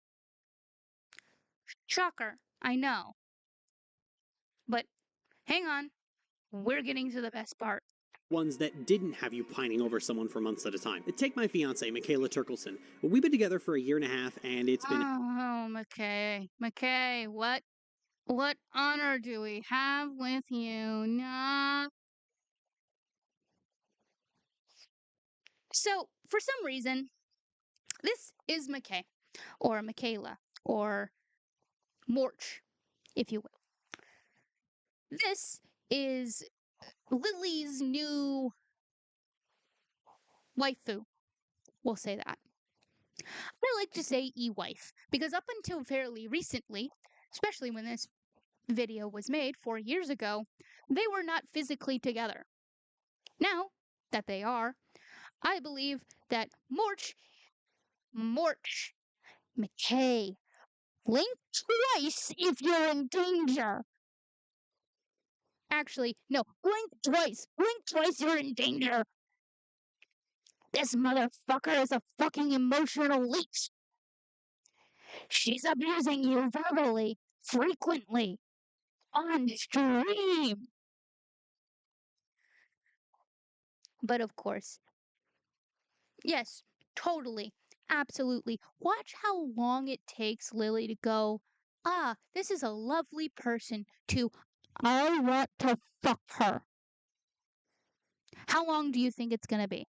An absolutely blissful experience, quarantine keeping us apart notwithstanding. It's been so good, in fact, that it's really hammered home how much of a hotbed of emotional abuse my last long-term relationship Lily was was just horribly abusive to her last wife.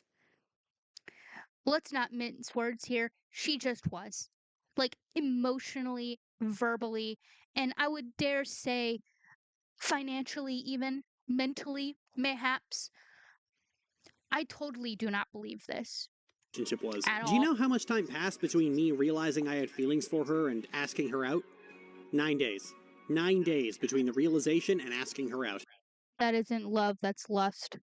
And that 9 days would have been shorter if I hadn't had to stop to think about whether these feelings were genuine or if I just wanted to return to a sense of They are normalcy not. after several months of severely traumatic incidents had upended my life. And that's They some adults in weren't. their mid-20s. You were a Teenagers work dick. even faster than that, and it's not just because When I was a fucking teenager, I was the last person to ever have a boyfriend because honestly, I didn't want one, but I was basically strong armed into having one just for my own fucking peace of mind. Then I realized I enjoyed our relationship, but it went fucking nowhere, and we agreed to go our own separate ways. That was my high school sweetheart and I. We do not talk anymore. Actually, after high school, we just drifted apart because it was long distance at that point. Extremely long distance.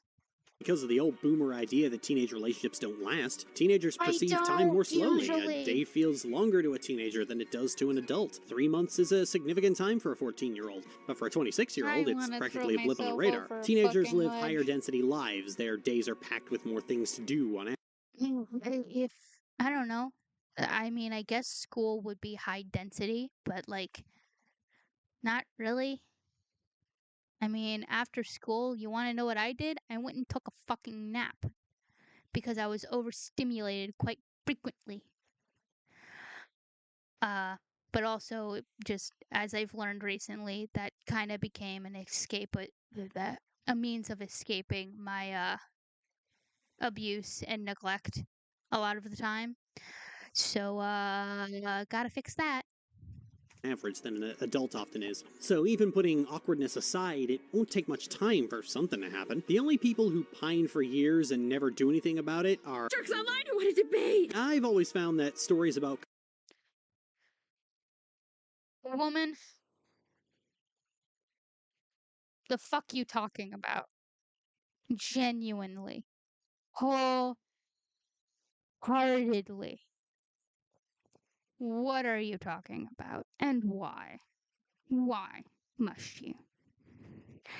If I could throw myself at a wall, I would. Because this one point annoys me.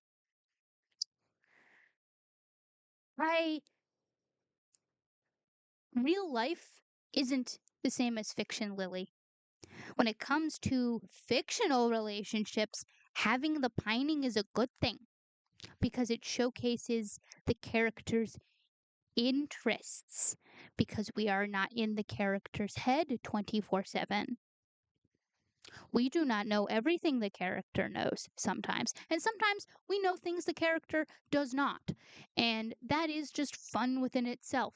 And some people do pine for years on end because they're nervous or they don't know or they don't want to ruin something that's already been pre-established. Who the fuck knows? But not every single person is you. Also, I don't give a shit about your cringe OCs. Your romance stories are like stale plain white bread to me. I don't enjoy it.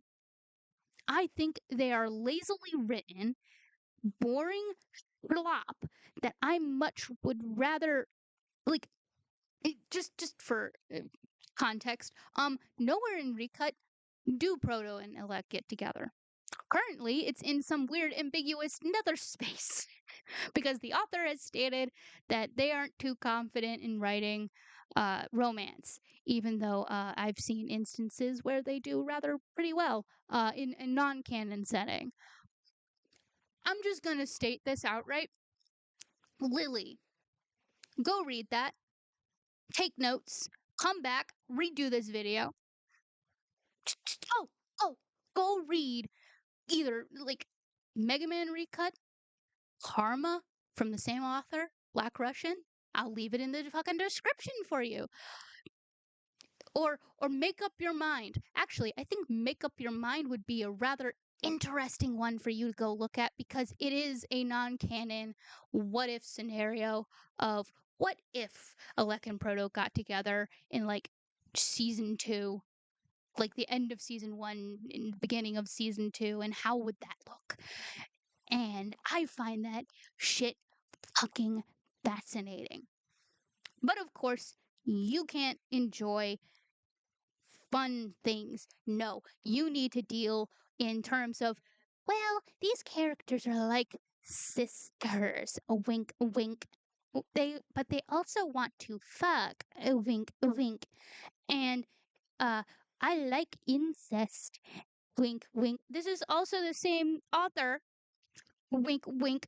Saying all of this shit that slow burns are terrible, who wrote a fan fiction where she decided to have a character groom and sexually assault a child. Lily does not understand romance, and it is infuriating, and this is where my script initially left off. Couples staying together were more interesting than stories about couples getting together. But it has always seemed like I was in the minority on that front. I've had people argue with me that the build-up, the lead-up to a relationship that ends with them getting together, is the really good part. And while that can sometimes be good if you're working with a character for whom confessing their feelings and talking about their feelings is difficult, it's not the only one. Once again, we come down... No, Lily. As someone who, again, enjoys watching two characters who are, again, as I've stated, emotionally constipated, work their way through life together and develop fifis for each other, I enjoy slow burn, because imagining shoving them into a closet early on, before any character development, before any major character development, I found that incredibly stupid. It's stupid. It is mind numbing that you would think this. Like, certain characters need that time in order to develop as characters. Some of them just, they're little tiny, huddled up little turtles of fucking emotion. Let them develop. That's the fun that we, the audience, get to enjoy. But of course, Lily does not want to read anything that is actually good or enjoy good things in life. She just wants to bitch, because she is a bitch. Down to fandom culture believing there's only one way to write any story and rigidly sticking to it. This slow burn, enemies to lovers, Because sob story redemption romance is the... Oh my goodness, so you acknowledge that Luce and Amity are an enemies to lovers, slow burn romance, but you still bitch about it being a slow burn romance. Lily, if you do not enjoy a good, well-paced slow burn, then I don't know how you can live with yourself. How do you exist? You know what? No. I've come to the conclusion. You know what? Here's why I think Lily doesn't like slow burns. You ready, folks? Ready? Does everybody have their little popcorn and whatnot prepared? Lily doesn't enjoy slow burn romance because she enjoys porn. Think about it. She doesn't want characters to develop as characters, and she doesn't want characters to enjoy and embrace the finer points of a romantic sexual lover's relationship. She doesn't want anything sensual, she only wants the sexual out of this particular type of subplot. She doesn't want, people to be actually like happy with one another or find comfort in one another. No, rather, she would enjoy porn. She wants gay, lesbian porn. That is what she wants. That is what she enjoys. That is what she desires in fiction. And that is 100% valid. You can have an enjoyment of lesbian porn. However, can you keep that away from the fucking Owl House? That is not what the Owl House is. I don't want your gooner porn brain touching the Owl House. You know what? No. I don't think I want your gooner porn brain to touch anything that's good. But you know what? You're probably, after seeing this, gonna go scuttle off to whatever the heck I enjoy and bitch about it in the most horrific fashion possible because I think you're just a sad little dweeb. You're a sad little dweebus. That is, in fact, what you are. You don't enjoy actual romance. You enjoy porn. Just admit it. You enjoy porn. Only That's thing all a you lot of these enjoy. people care That's about. all you I've like. attributed the rising ubiquity of this trope to the way in which younger creators have grown up in the world of fanfiction, but the way in which social media has made viewers' voices more easily heard has affected No. this as well. It's no wonder so many shows are just so want bland and samey. Audiences real. have actively demanded that they become bland and samey. I've watched people lament They're- that Luz's relationships to other they're characters, not. the main central element of the Owl House, is getting in the way of the world building. Those jackasses at the round table are How could I ever forget that fucking Lily does not enjoy world building? You want to know what world building is really good for? Fan fiction. And we all know why Lily doesn't like world building and lore. It's because she can't do whatever the hell she wants to a franchise because there are rules set in place for that particular world, for that particular franchise. I can't just plonk, and I don't know, the Owl House and 9 together because there's just. I could find a loophole to it, but that would not work. I couldn't just slap whatever the hell I want into the Owl House just because. I'd have to follow the rules put in place by the Owl House's lore and world building and how the characters interact and who the characters are as people. But if you've read anything that's ever come from this individual, from Lily Orchard, you'll notice a pattern. She doesn't really pay attention to details. She doesn't pay attention to characters being characters and how characters interact, nor how they like basic conversations between two characters just go over her head. Basic bits of dialogue and world building she'll completely and utterly ignore for her own fantastical gains, which usually end in lesbian porn, no matter what you are reading or what franchise you are reading from, which is incredibly depressing if you ask me. And this is coming from someone who, again, enjoys two characters who are emotionally constipated dance around the fact that they like each other. Just like slowly come up, like the tiniest bit crawl into I like you as a friend to I like you as a best friend to I like you more than a best friend, but I'm not quite sure what that would mean. And I'm still enjoying it as we are now. But of course, it's Lorch. How dare I enjoy slow burn romance? How dare I want world building in my fantasy? Okay? How dare I want to know the rules of this world? How dare I want to see more of how this world functions? Okay?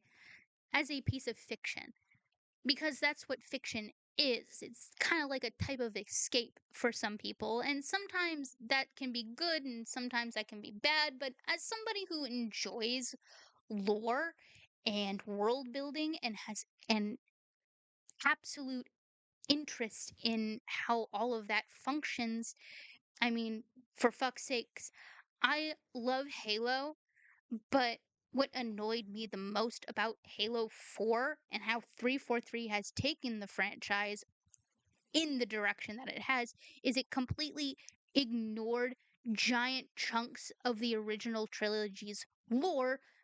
That one particular niggly little bit, Forerunners were humans, okay? You don't really think about how much that destroys the very fabric of the story and some of the story elements that Halo is trying to tell its audience in the form of a militaristic first-person shooter space sci-fi. But when you put it all together, making the Forerunners not humans destroys that very core story element, that very heavy setting of people who have too much political power through religious means can and will abuse that power to their own gains, to the detriment of literally everyone else, to the point where they'll even forsake their own supposed religion to then bolster themselves, essentially. The hypocrisy of the Covenant gets completely demolished if you make Forerunners not humans, as an example. If I said that to Lily, her mind would explode because she hates lore and world building. And without that bit of lore and world building from Bungie, you lose so much of what makes Halo's story, at least the original trilogy, so good and so impactful and lasting. But of course, Lorch absolutely fucking enjoys uh this is what she does in her spare time. This is her job, okay? This is her enjoyment. This is her job. This is her thing. This is her entire existence at this point. To dunk on children's media for things that she doesn't like, but she doesn't even have an educated or really intelligent. There's nothing to conversate. There's nothing intelligent. There's nothing logical. There's nothing good here for me to sit and dissect other than Lily. Do you really think that most people fall in love with the love of their life within 9 days and then decide to marry them within those 9 days? A majority of people do not. That's not how people function, and that's how a lot of people not function. But of course, Lily thinks the entire universe revolves around Lily, and if you do not fit within Lily's worldview, you are wrong. You are the mutated freak here. If you want slow burn romances, if you don't want lesbian porn to be in your children's media, congratulations. You're a fucking freak, I guess. In Lily's opinion, it seems. But I digress. We'll continue. Constantly trying to twist, warp, and mutate the Owl House into basically being a convoluted 47D chess anime or some shit. If creators aren't careful, their own fans will tear their works apart and burn it to pieces. And a lot of people are content to eat the same thing over and over and over again. Okay, so, no, you can have I love how Lily doesn't understand the concept of a trope. She both understands that tropes exist, but she doesn't acknowledge the fact that a trope can be used as good or to the detriment of a story. And sometimes you find a trope that you enjoy personally, but your skills don't allow you to write it all that well. There are certain tropes that I enjoy, but I know that if I even attempted to write any of that or try to integrate any of that stuff into my creative works, it would not work at all. If you want an example that isn't so NSFW, because I love avant-garde art, it's great, it's lovely. Uh, if anyone has ever, and I'll fucking find it at some point, and I'm pretty sure we've all seen it at some point. I don't know mechanics all that well. A very basic level. I understand robotics, but the robotic arm installation, that was an entire dialogue about Chinese workers and the state of labor work in general, of trade work across the world, even, and how it's a thankless and yet fruitless task, is an incredible installation, in my opinion. And the same thing goes for writing. I love, love so much. I could never write something to the same extent as BlackRussian, which is why I love their work so much, because I have an immense amount of appreciation for the fact that this person writes so damn well. And all I can say is a bravo to you. I could never write a slow burn myself all that well and still have it enjoyable, but I love slow burns so much. But I digress. Lily doesn't understand that tropes are tropes, and that you can have good instances of tropes and bad instances of tropes. It's not a means of this is the same thing over and over and over and over and over again. It's you don't like what's put forth. You don't like the trope that got put forth. You don't like, I don't know, the fact that you're watching a children's show and not something for adults. Okay? I'm sorry, but Lily, you're an adult. You can watch other things other than the shit that's on Disney Channel. And don't get me wrong, I don't count cartoons like uh, The Owl House as a children's show. I count it as what's I consider a family show, which can be enjoyed by anybody at any age. That's not the problem here. It's that Lily wants this complexity, this big brain type level of stuff, of media. But she herself doesn't understand it. And she herself is very not good, very terrible at dissecting why she doesn't enjoy something, nor why she does enjoy something sometimes. Because if you've ever interacted with any of Lurch's media, she cannot, for whatever reason, not be condescending to her audience and treat them like they are idiots, which is completely contradictory to how she got her audience to begin with, which is she wouldn't baby her audience, but it became a point where she eventually just started being a condescending bitch. And now we have videos like this where she could get criticism, whether helpful or otherwise, or get into a genuine debate or discussion going, but she doesn't want to actually intellectually continue or engage in a discussion about media and the media she consumes. She just wants to complain and bitch about literally anything and everything under the damn sun.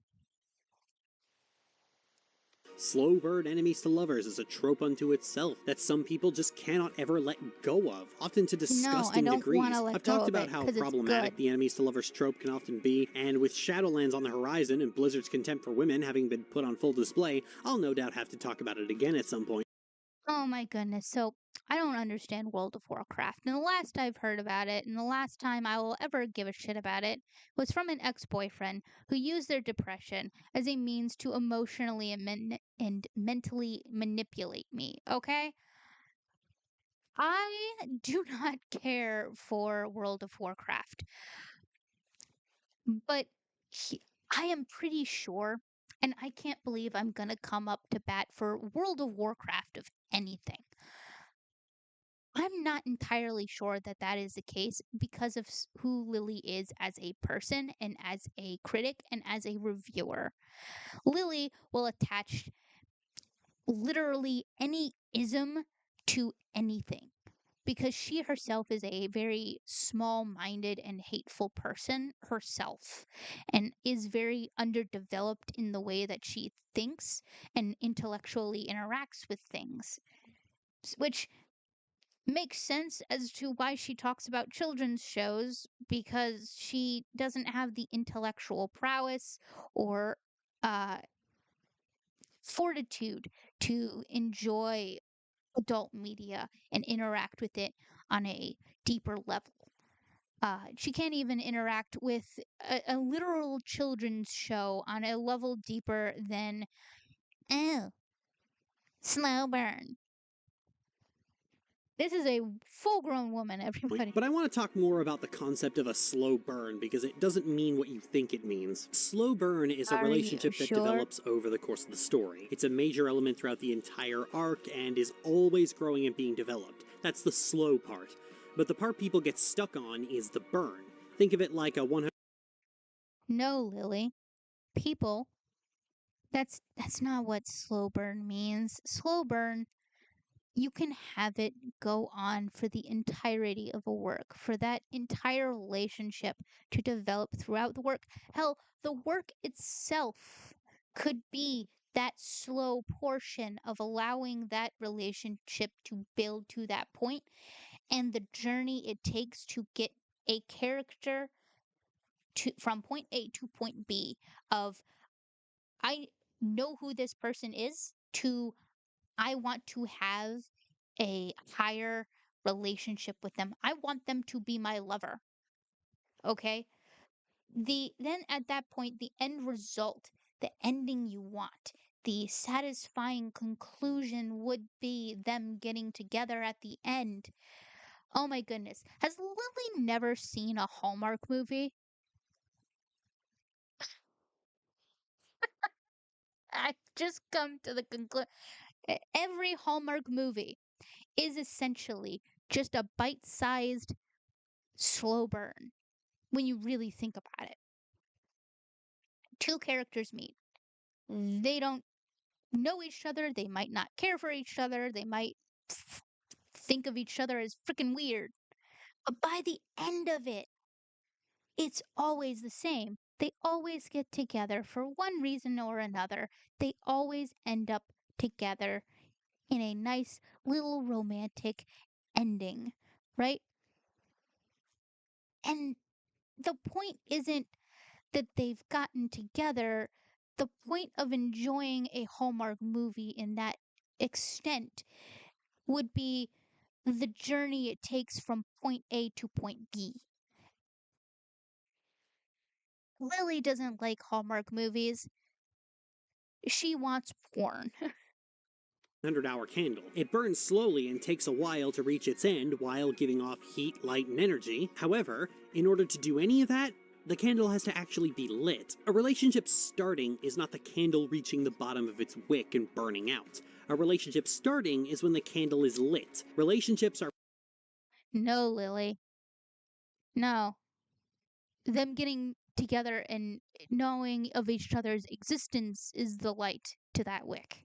It's the start of that relationship, and eventually, once you get to the very ooey gooey juicy core that's at the bottom of that candle wick, guess what, Lily? Guess what's at the bottom? The good shit.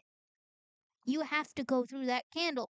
You have to go through it because after that candle, you could have your fucking bonfire.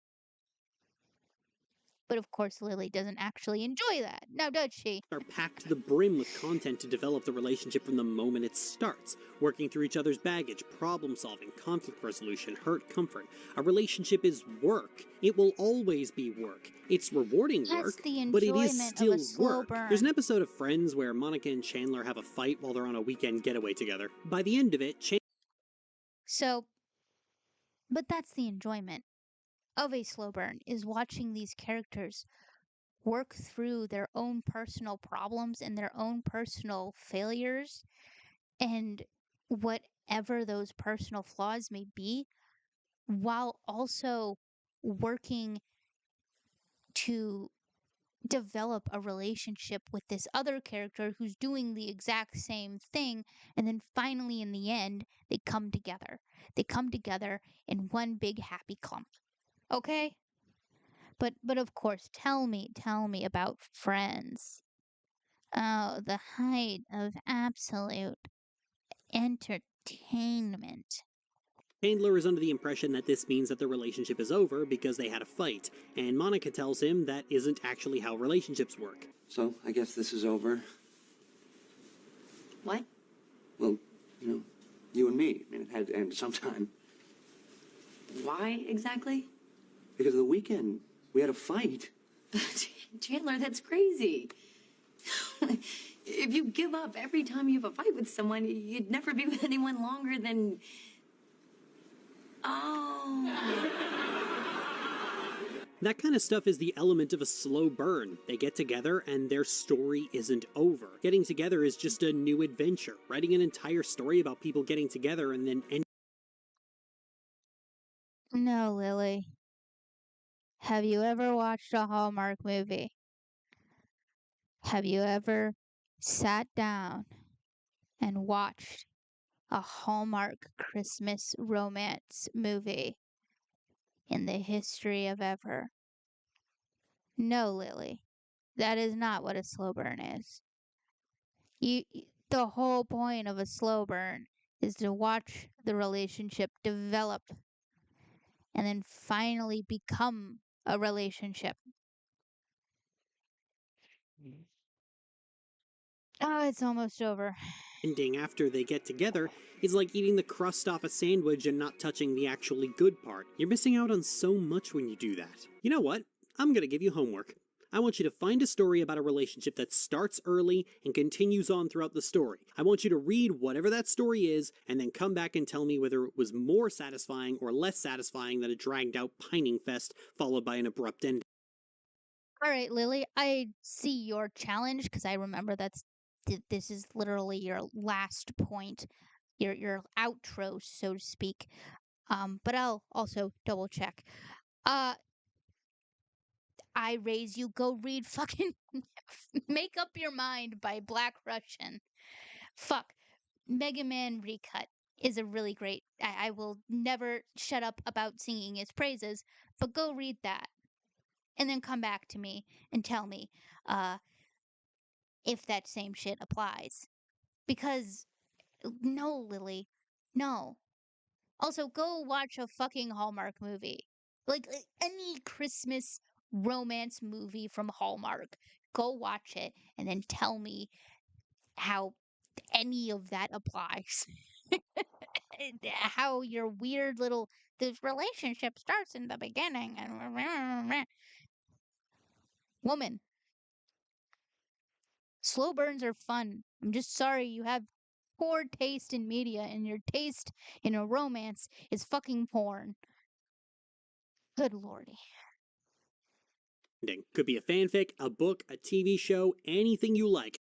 Hallmark movies, Mega Man Recut. I'll leave them in the description for you, sweetheart, so you don't have to wait. So you don't have to go scrummaging for what I'm talking about. You can go read it yourself.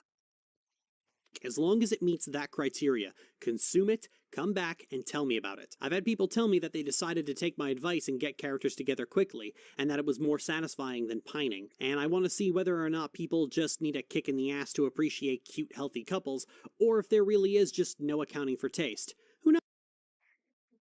literally, I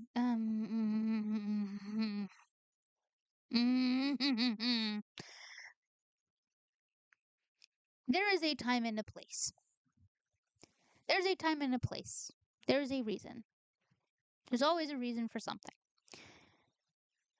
Sometimes, yeah, having the characters being together at the beginning is a good idea. And lo and behold, when it comes to Mega Man Future, which is a fanfiction series that I'm working on, I actually do have Proto and Elec together in the beginning.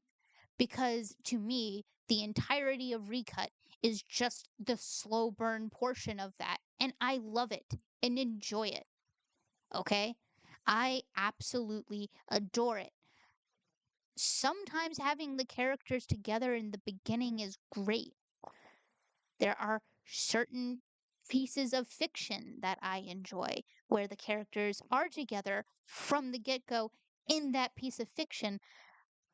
Wings of Fire, specifically the Poison Jungle, you have Sundu, who has a girlfriend.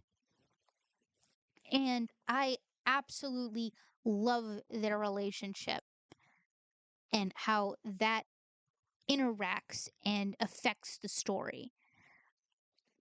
I absolutely adore, in that same arc, Blue and Cricket and their interaction, and Luna and Swordtail and their interaction. Luna and Swordtail are in fact together at the start of that arc and are still together at the end of the arc. Point being, I love the characters, but they aren't starting as enemies to lovers. Some tropes you could get away with them being together in the beginning, but others just need slow burn. There are reasons why, when it comes to tropes like enemies to lovers, it's more satisfying if it's a slow burn because you get to watch as they slowly melt into each other's existence despite their previous convictions about the other person. I love that it took literally 3 seasons for these emotionally constipated bastards to even consider, maybe I like you more than a best friend, but I'm not entirely sure. Not like a brother, but like something more, and I'm not sure what that is exactly at the moment, as canon is currently, and I love it. It is good. They haven't gotten together, and as far as I'm aware, from what the author has stated, they do not get together in the fanfiction story actual. So you want to know something? I'll start it off with them being together because that would be more fun for me. But I still love the story itself, and I still love the characters and enemies to lovers as a trope, like Amity and Luce, like Proto and Elec, like like Cricket and Blue. Actually, Cricket and Blue weren't even enemies to lovers. They're a Romeo and Juliet story done but fun. I love romance as a genre, especially as a subplot, because it can be super interesting. It can bring out so much in a character just by exploring this one particular notion, this one particular emotion for that other character. You can learn so much about who they are as a person. And you just going through this whole entire spiel, you just ignore it. You neglect this little piece, this important little nugget of enjoyment. And I feel like you do it purposefully because your real tastes, and you can't say it on your damn channel, but we all know it. It's porn. You like lesbian porn. And you know what? If that's the case, fine. I'm not going to knock you for liking lesbian porn. But you can't come at me and act high and mighty when that is effectively what you enjoy. For me liking and preferring a slow burn, for me preferring characters being characters and interacting as characters and growing and developing that relationship in a well paced manner. I love it. I love it. I live and breathe it. I wouldn't be as fucking obsessed as I am with these fucking characters if I didn't. But of course, that is me. That is my thoughts. And you know what? Before I fucking drive myself into oblivion, we will leave Lurch here. Because honestly, I think I can only take one Lurch video at a time. Alright. Did I lose everybody? I know I have viewers. Are any of you willing to answer any questions? Is there any questions here for me? Questions. I forgot to have this open. It works. Oh my goodness. Lovely. Okay. Okay, Vapor Pony.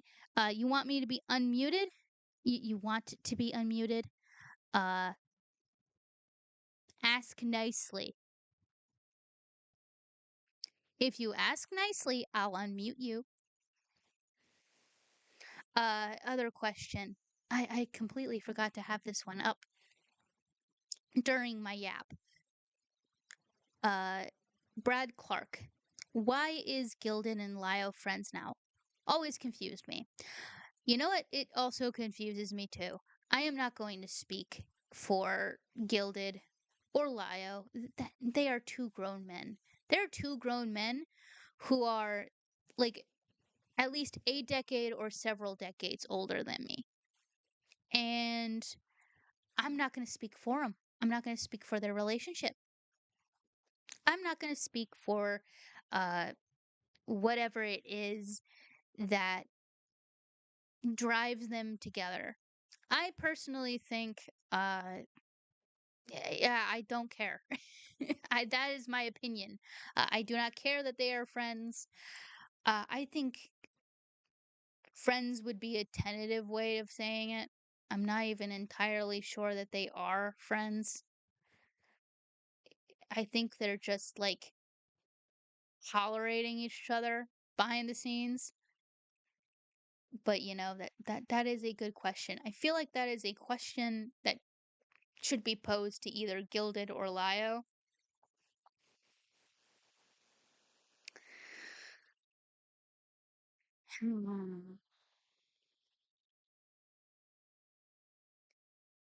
Let's see.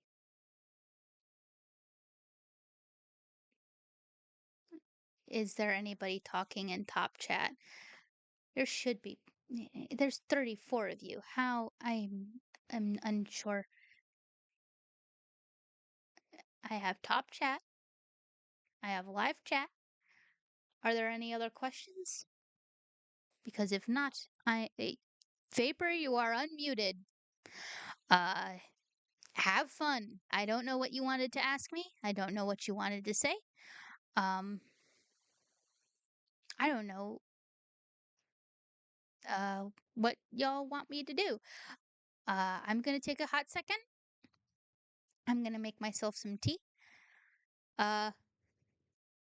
Go use the bathroom real quick, and then stop this particular recording. And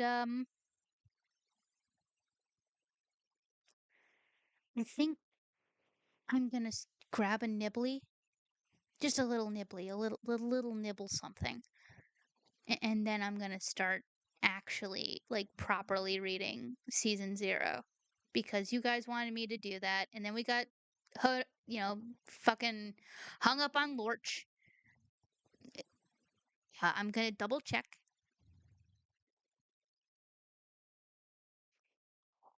Or because it is so small.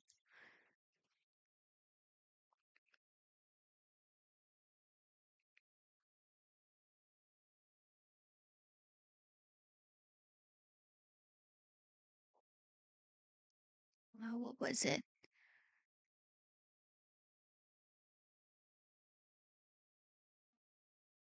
I do have to read the rest of that. I'll be back. We're gonna have a nice short little break, and I'll let you guys vote. And when I come back from the break, you guys tell me what you want me to do. If you have Knows, any other you might discover something about suggestions, yourself. if you have any other suggestions as to what we could do, do put them in chat, and I'll look. And if you guys agree with it, we can do that. Let's see what I can leave you with in terms of music.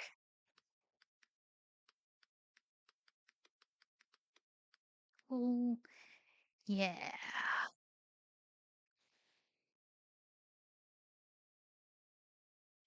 We'll do this.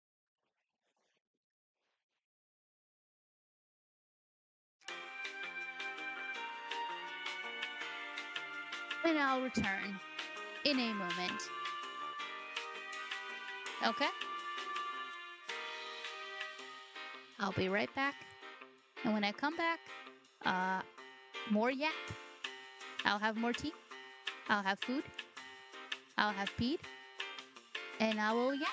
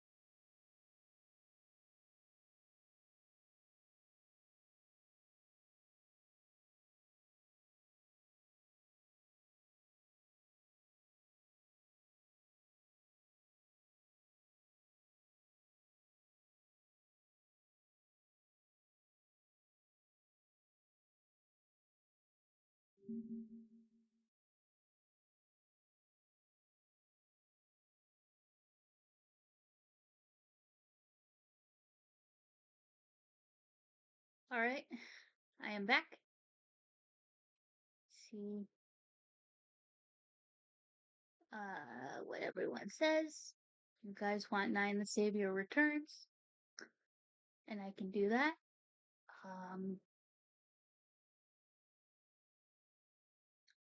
I'll give it a couple more minutes. And did you guys enjoy the music or no? Or do you just want pure ambient silence in between me talking?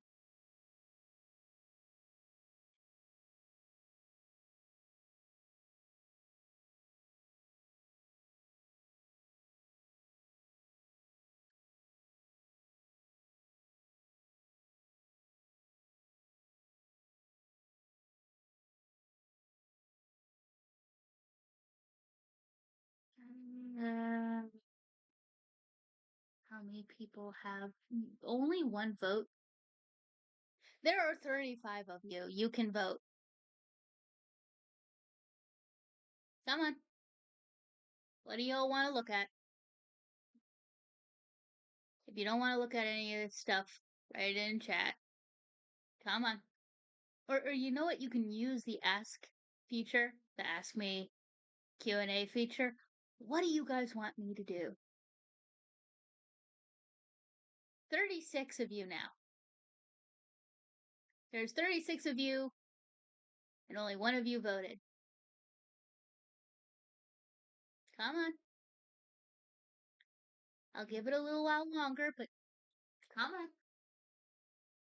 I don't want to force people around, force them to listen to shit.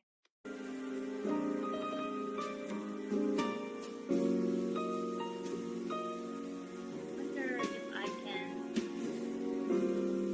lower the volume on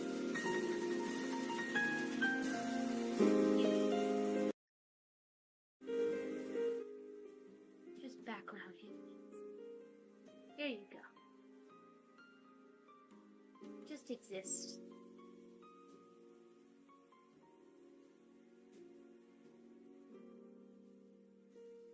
I want you guys to still hear it, but not be like over empowering. Jeez. Ugh. Is my mic still a bit quiet? Am I still a bit quiet?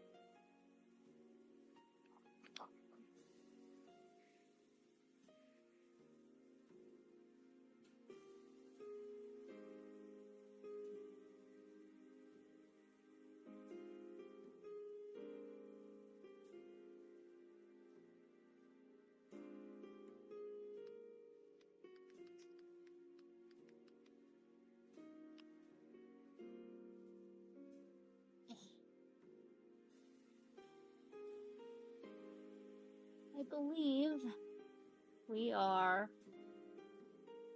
I'd have to check where we were again.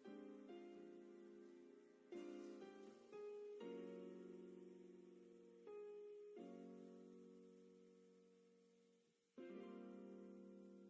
think it was chapter 3. Yeah, it was chapter 3.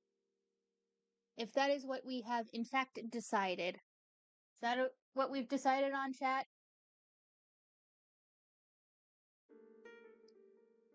All 36 of you? Is that what we want to do? You can vote.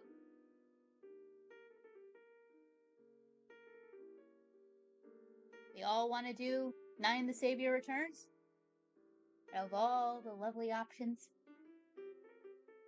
I mean, they're all on the docket, but I didn't want this entire thing to be about drama. And it's been 15 minutes. I'm going to end it there. I'm going to assume in those 15 minutes, all of you have conspired through your one vote and unanimously stated that you all wanted Chapter 3 of Nine the Savior Returns. Which is fine. And I can do that.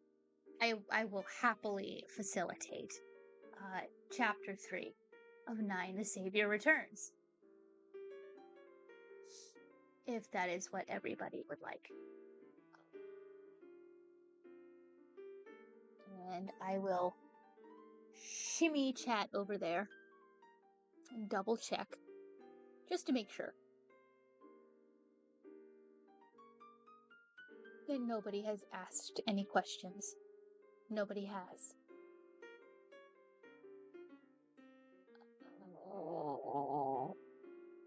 And all visible messages. Yes. All messages that can be seen or heard. You have all agreed on your one vote. I am stalling. I am absolutely, indefinitely stalling.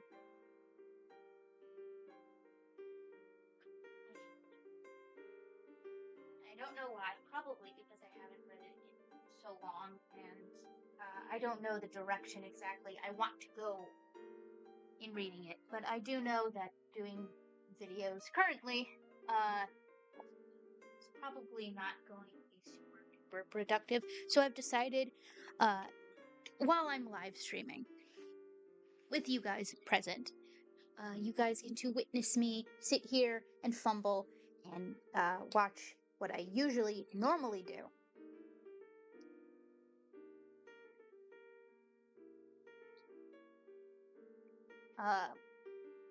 Which is record and then edit out any of my my blunders. All of me mispronouncing every sentence that I could known to man. With the speed of a cavalcading chinchilla.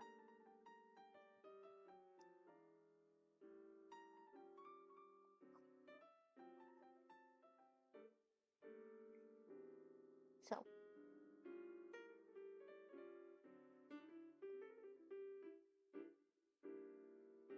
with that mouthful of shoveled peppercorn,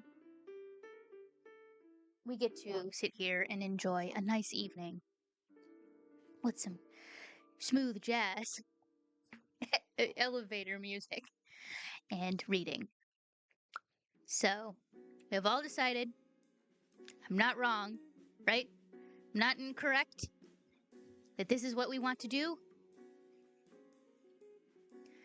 I see no objections. None. Whatsoever. So we're just gonna continue forward. As if,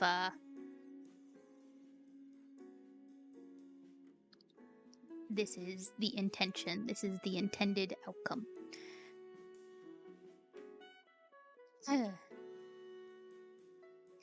Alright, I'm gonna ask you guys' opinion. Normally, I skip over the author's notes. Lynch me. Yeah, I just do, okay? I normally do. And it's just something that I tend to do out of habit. Because when you come to look at a stream or come to listen to somebody read a fan fiction, the last thing you want to do is listen to them read what the author had to say. You're here for the story. and not much else. But do you guys want me to read the author's notes? Because it is something that has come to my attention, which is sometimes they leave nice little nuggets in there that I find interesting. You know, little bits of personality. And is that something you guys want me to do? Or do you guys just want story?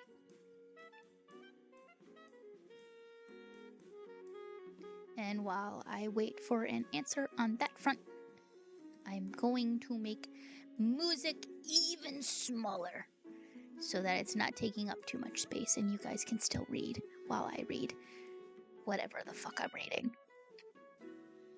I say in a rather silly way.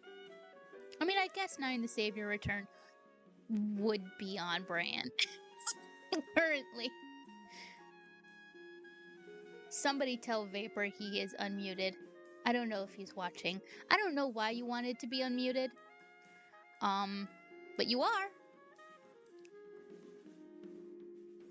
You are. You certainly are.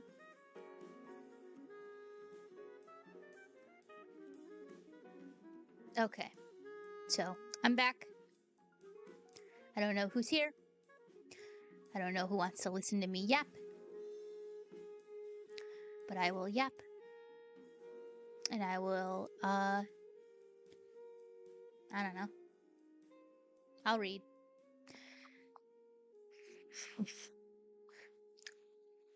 Actually, now I think about it, before I even do that, I feel like a lot of people are coming, toddling in here, going, is she talking about a person?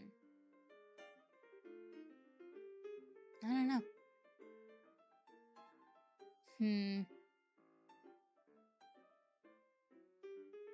Can I rename the stream, though? No. Boo! I wanted to rename the stream. Can't do that in OBS mode. Boo! Oh, but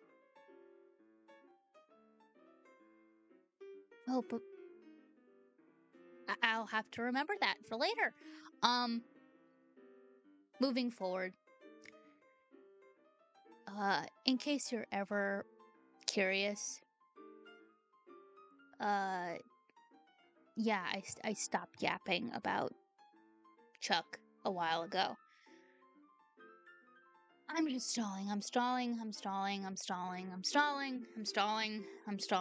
avoiding, I'm stalling.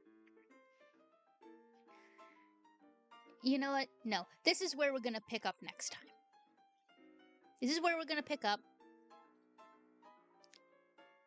I want to take a longer break. My throat hurts.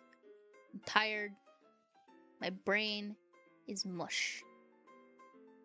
I will be back at some point. I maybe tomorrow. Who knows? Can I raid? Can I end these with a raid?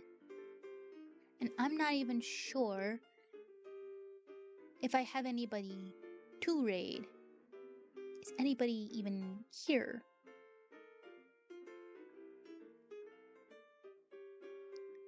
I'm not even sure how I would even raid. That's something I'd have to ask about. But I'll end stream here. And then we'll pick up soon. Maybe after dinner.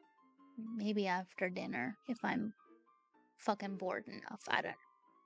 Maybe you'll get a rare Bruce decides to stream 3 times today. And we'll just have it be a work stream.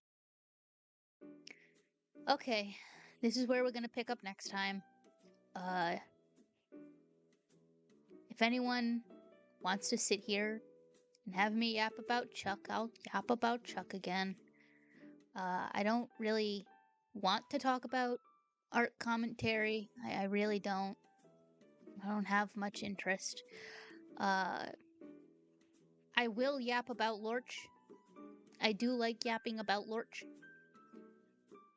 Lorch annoys me, but in a productive way. But that is all. That is all. That is all she wrote for now. And I'm gonna go eat some food and take my medicine and rest my voice because it hurts. I blew out my voice on Chuck. I know.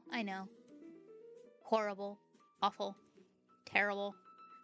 I blew it out on Chuck, and I don't think I get very far in reading, even if I wanted to. Even if, whether it was Nine the Savior Returns, or Recut, or some other fanfiction, I don't think I would be able to sit here and yap. I don't think I would be able to perform at the level in which I feel like I should. That is, good and quality and entertaining. I don't think I could be that entertaining at this moment. My throat literally wants to commit seppuku. So, I'm gonna go rest both my voice and my brain. I will leave this up, and when we come back, whenever that may be, I do not know. I have to work out a schedule for these things. I will let you all know what is on that scheduled docket, and I will try to have stuff planned before stream that's more entertaining. I don't think Chuck is all that entertaining, and really, at the end of the day, I don't think it's really worth my brain cells. And I'm just gonna do what I normally do. I'm gonna do my own thing. I'm gonna have my own fun. And you guys can come along with me. That being said, I wish you all a good night and a good day. And I'm gonna go take a nap. I still don't know how to end these things.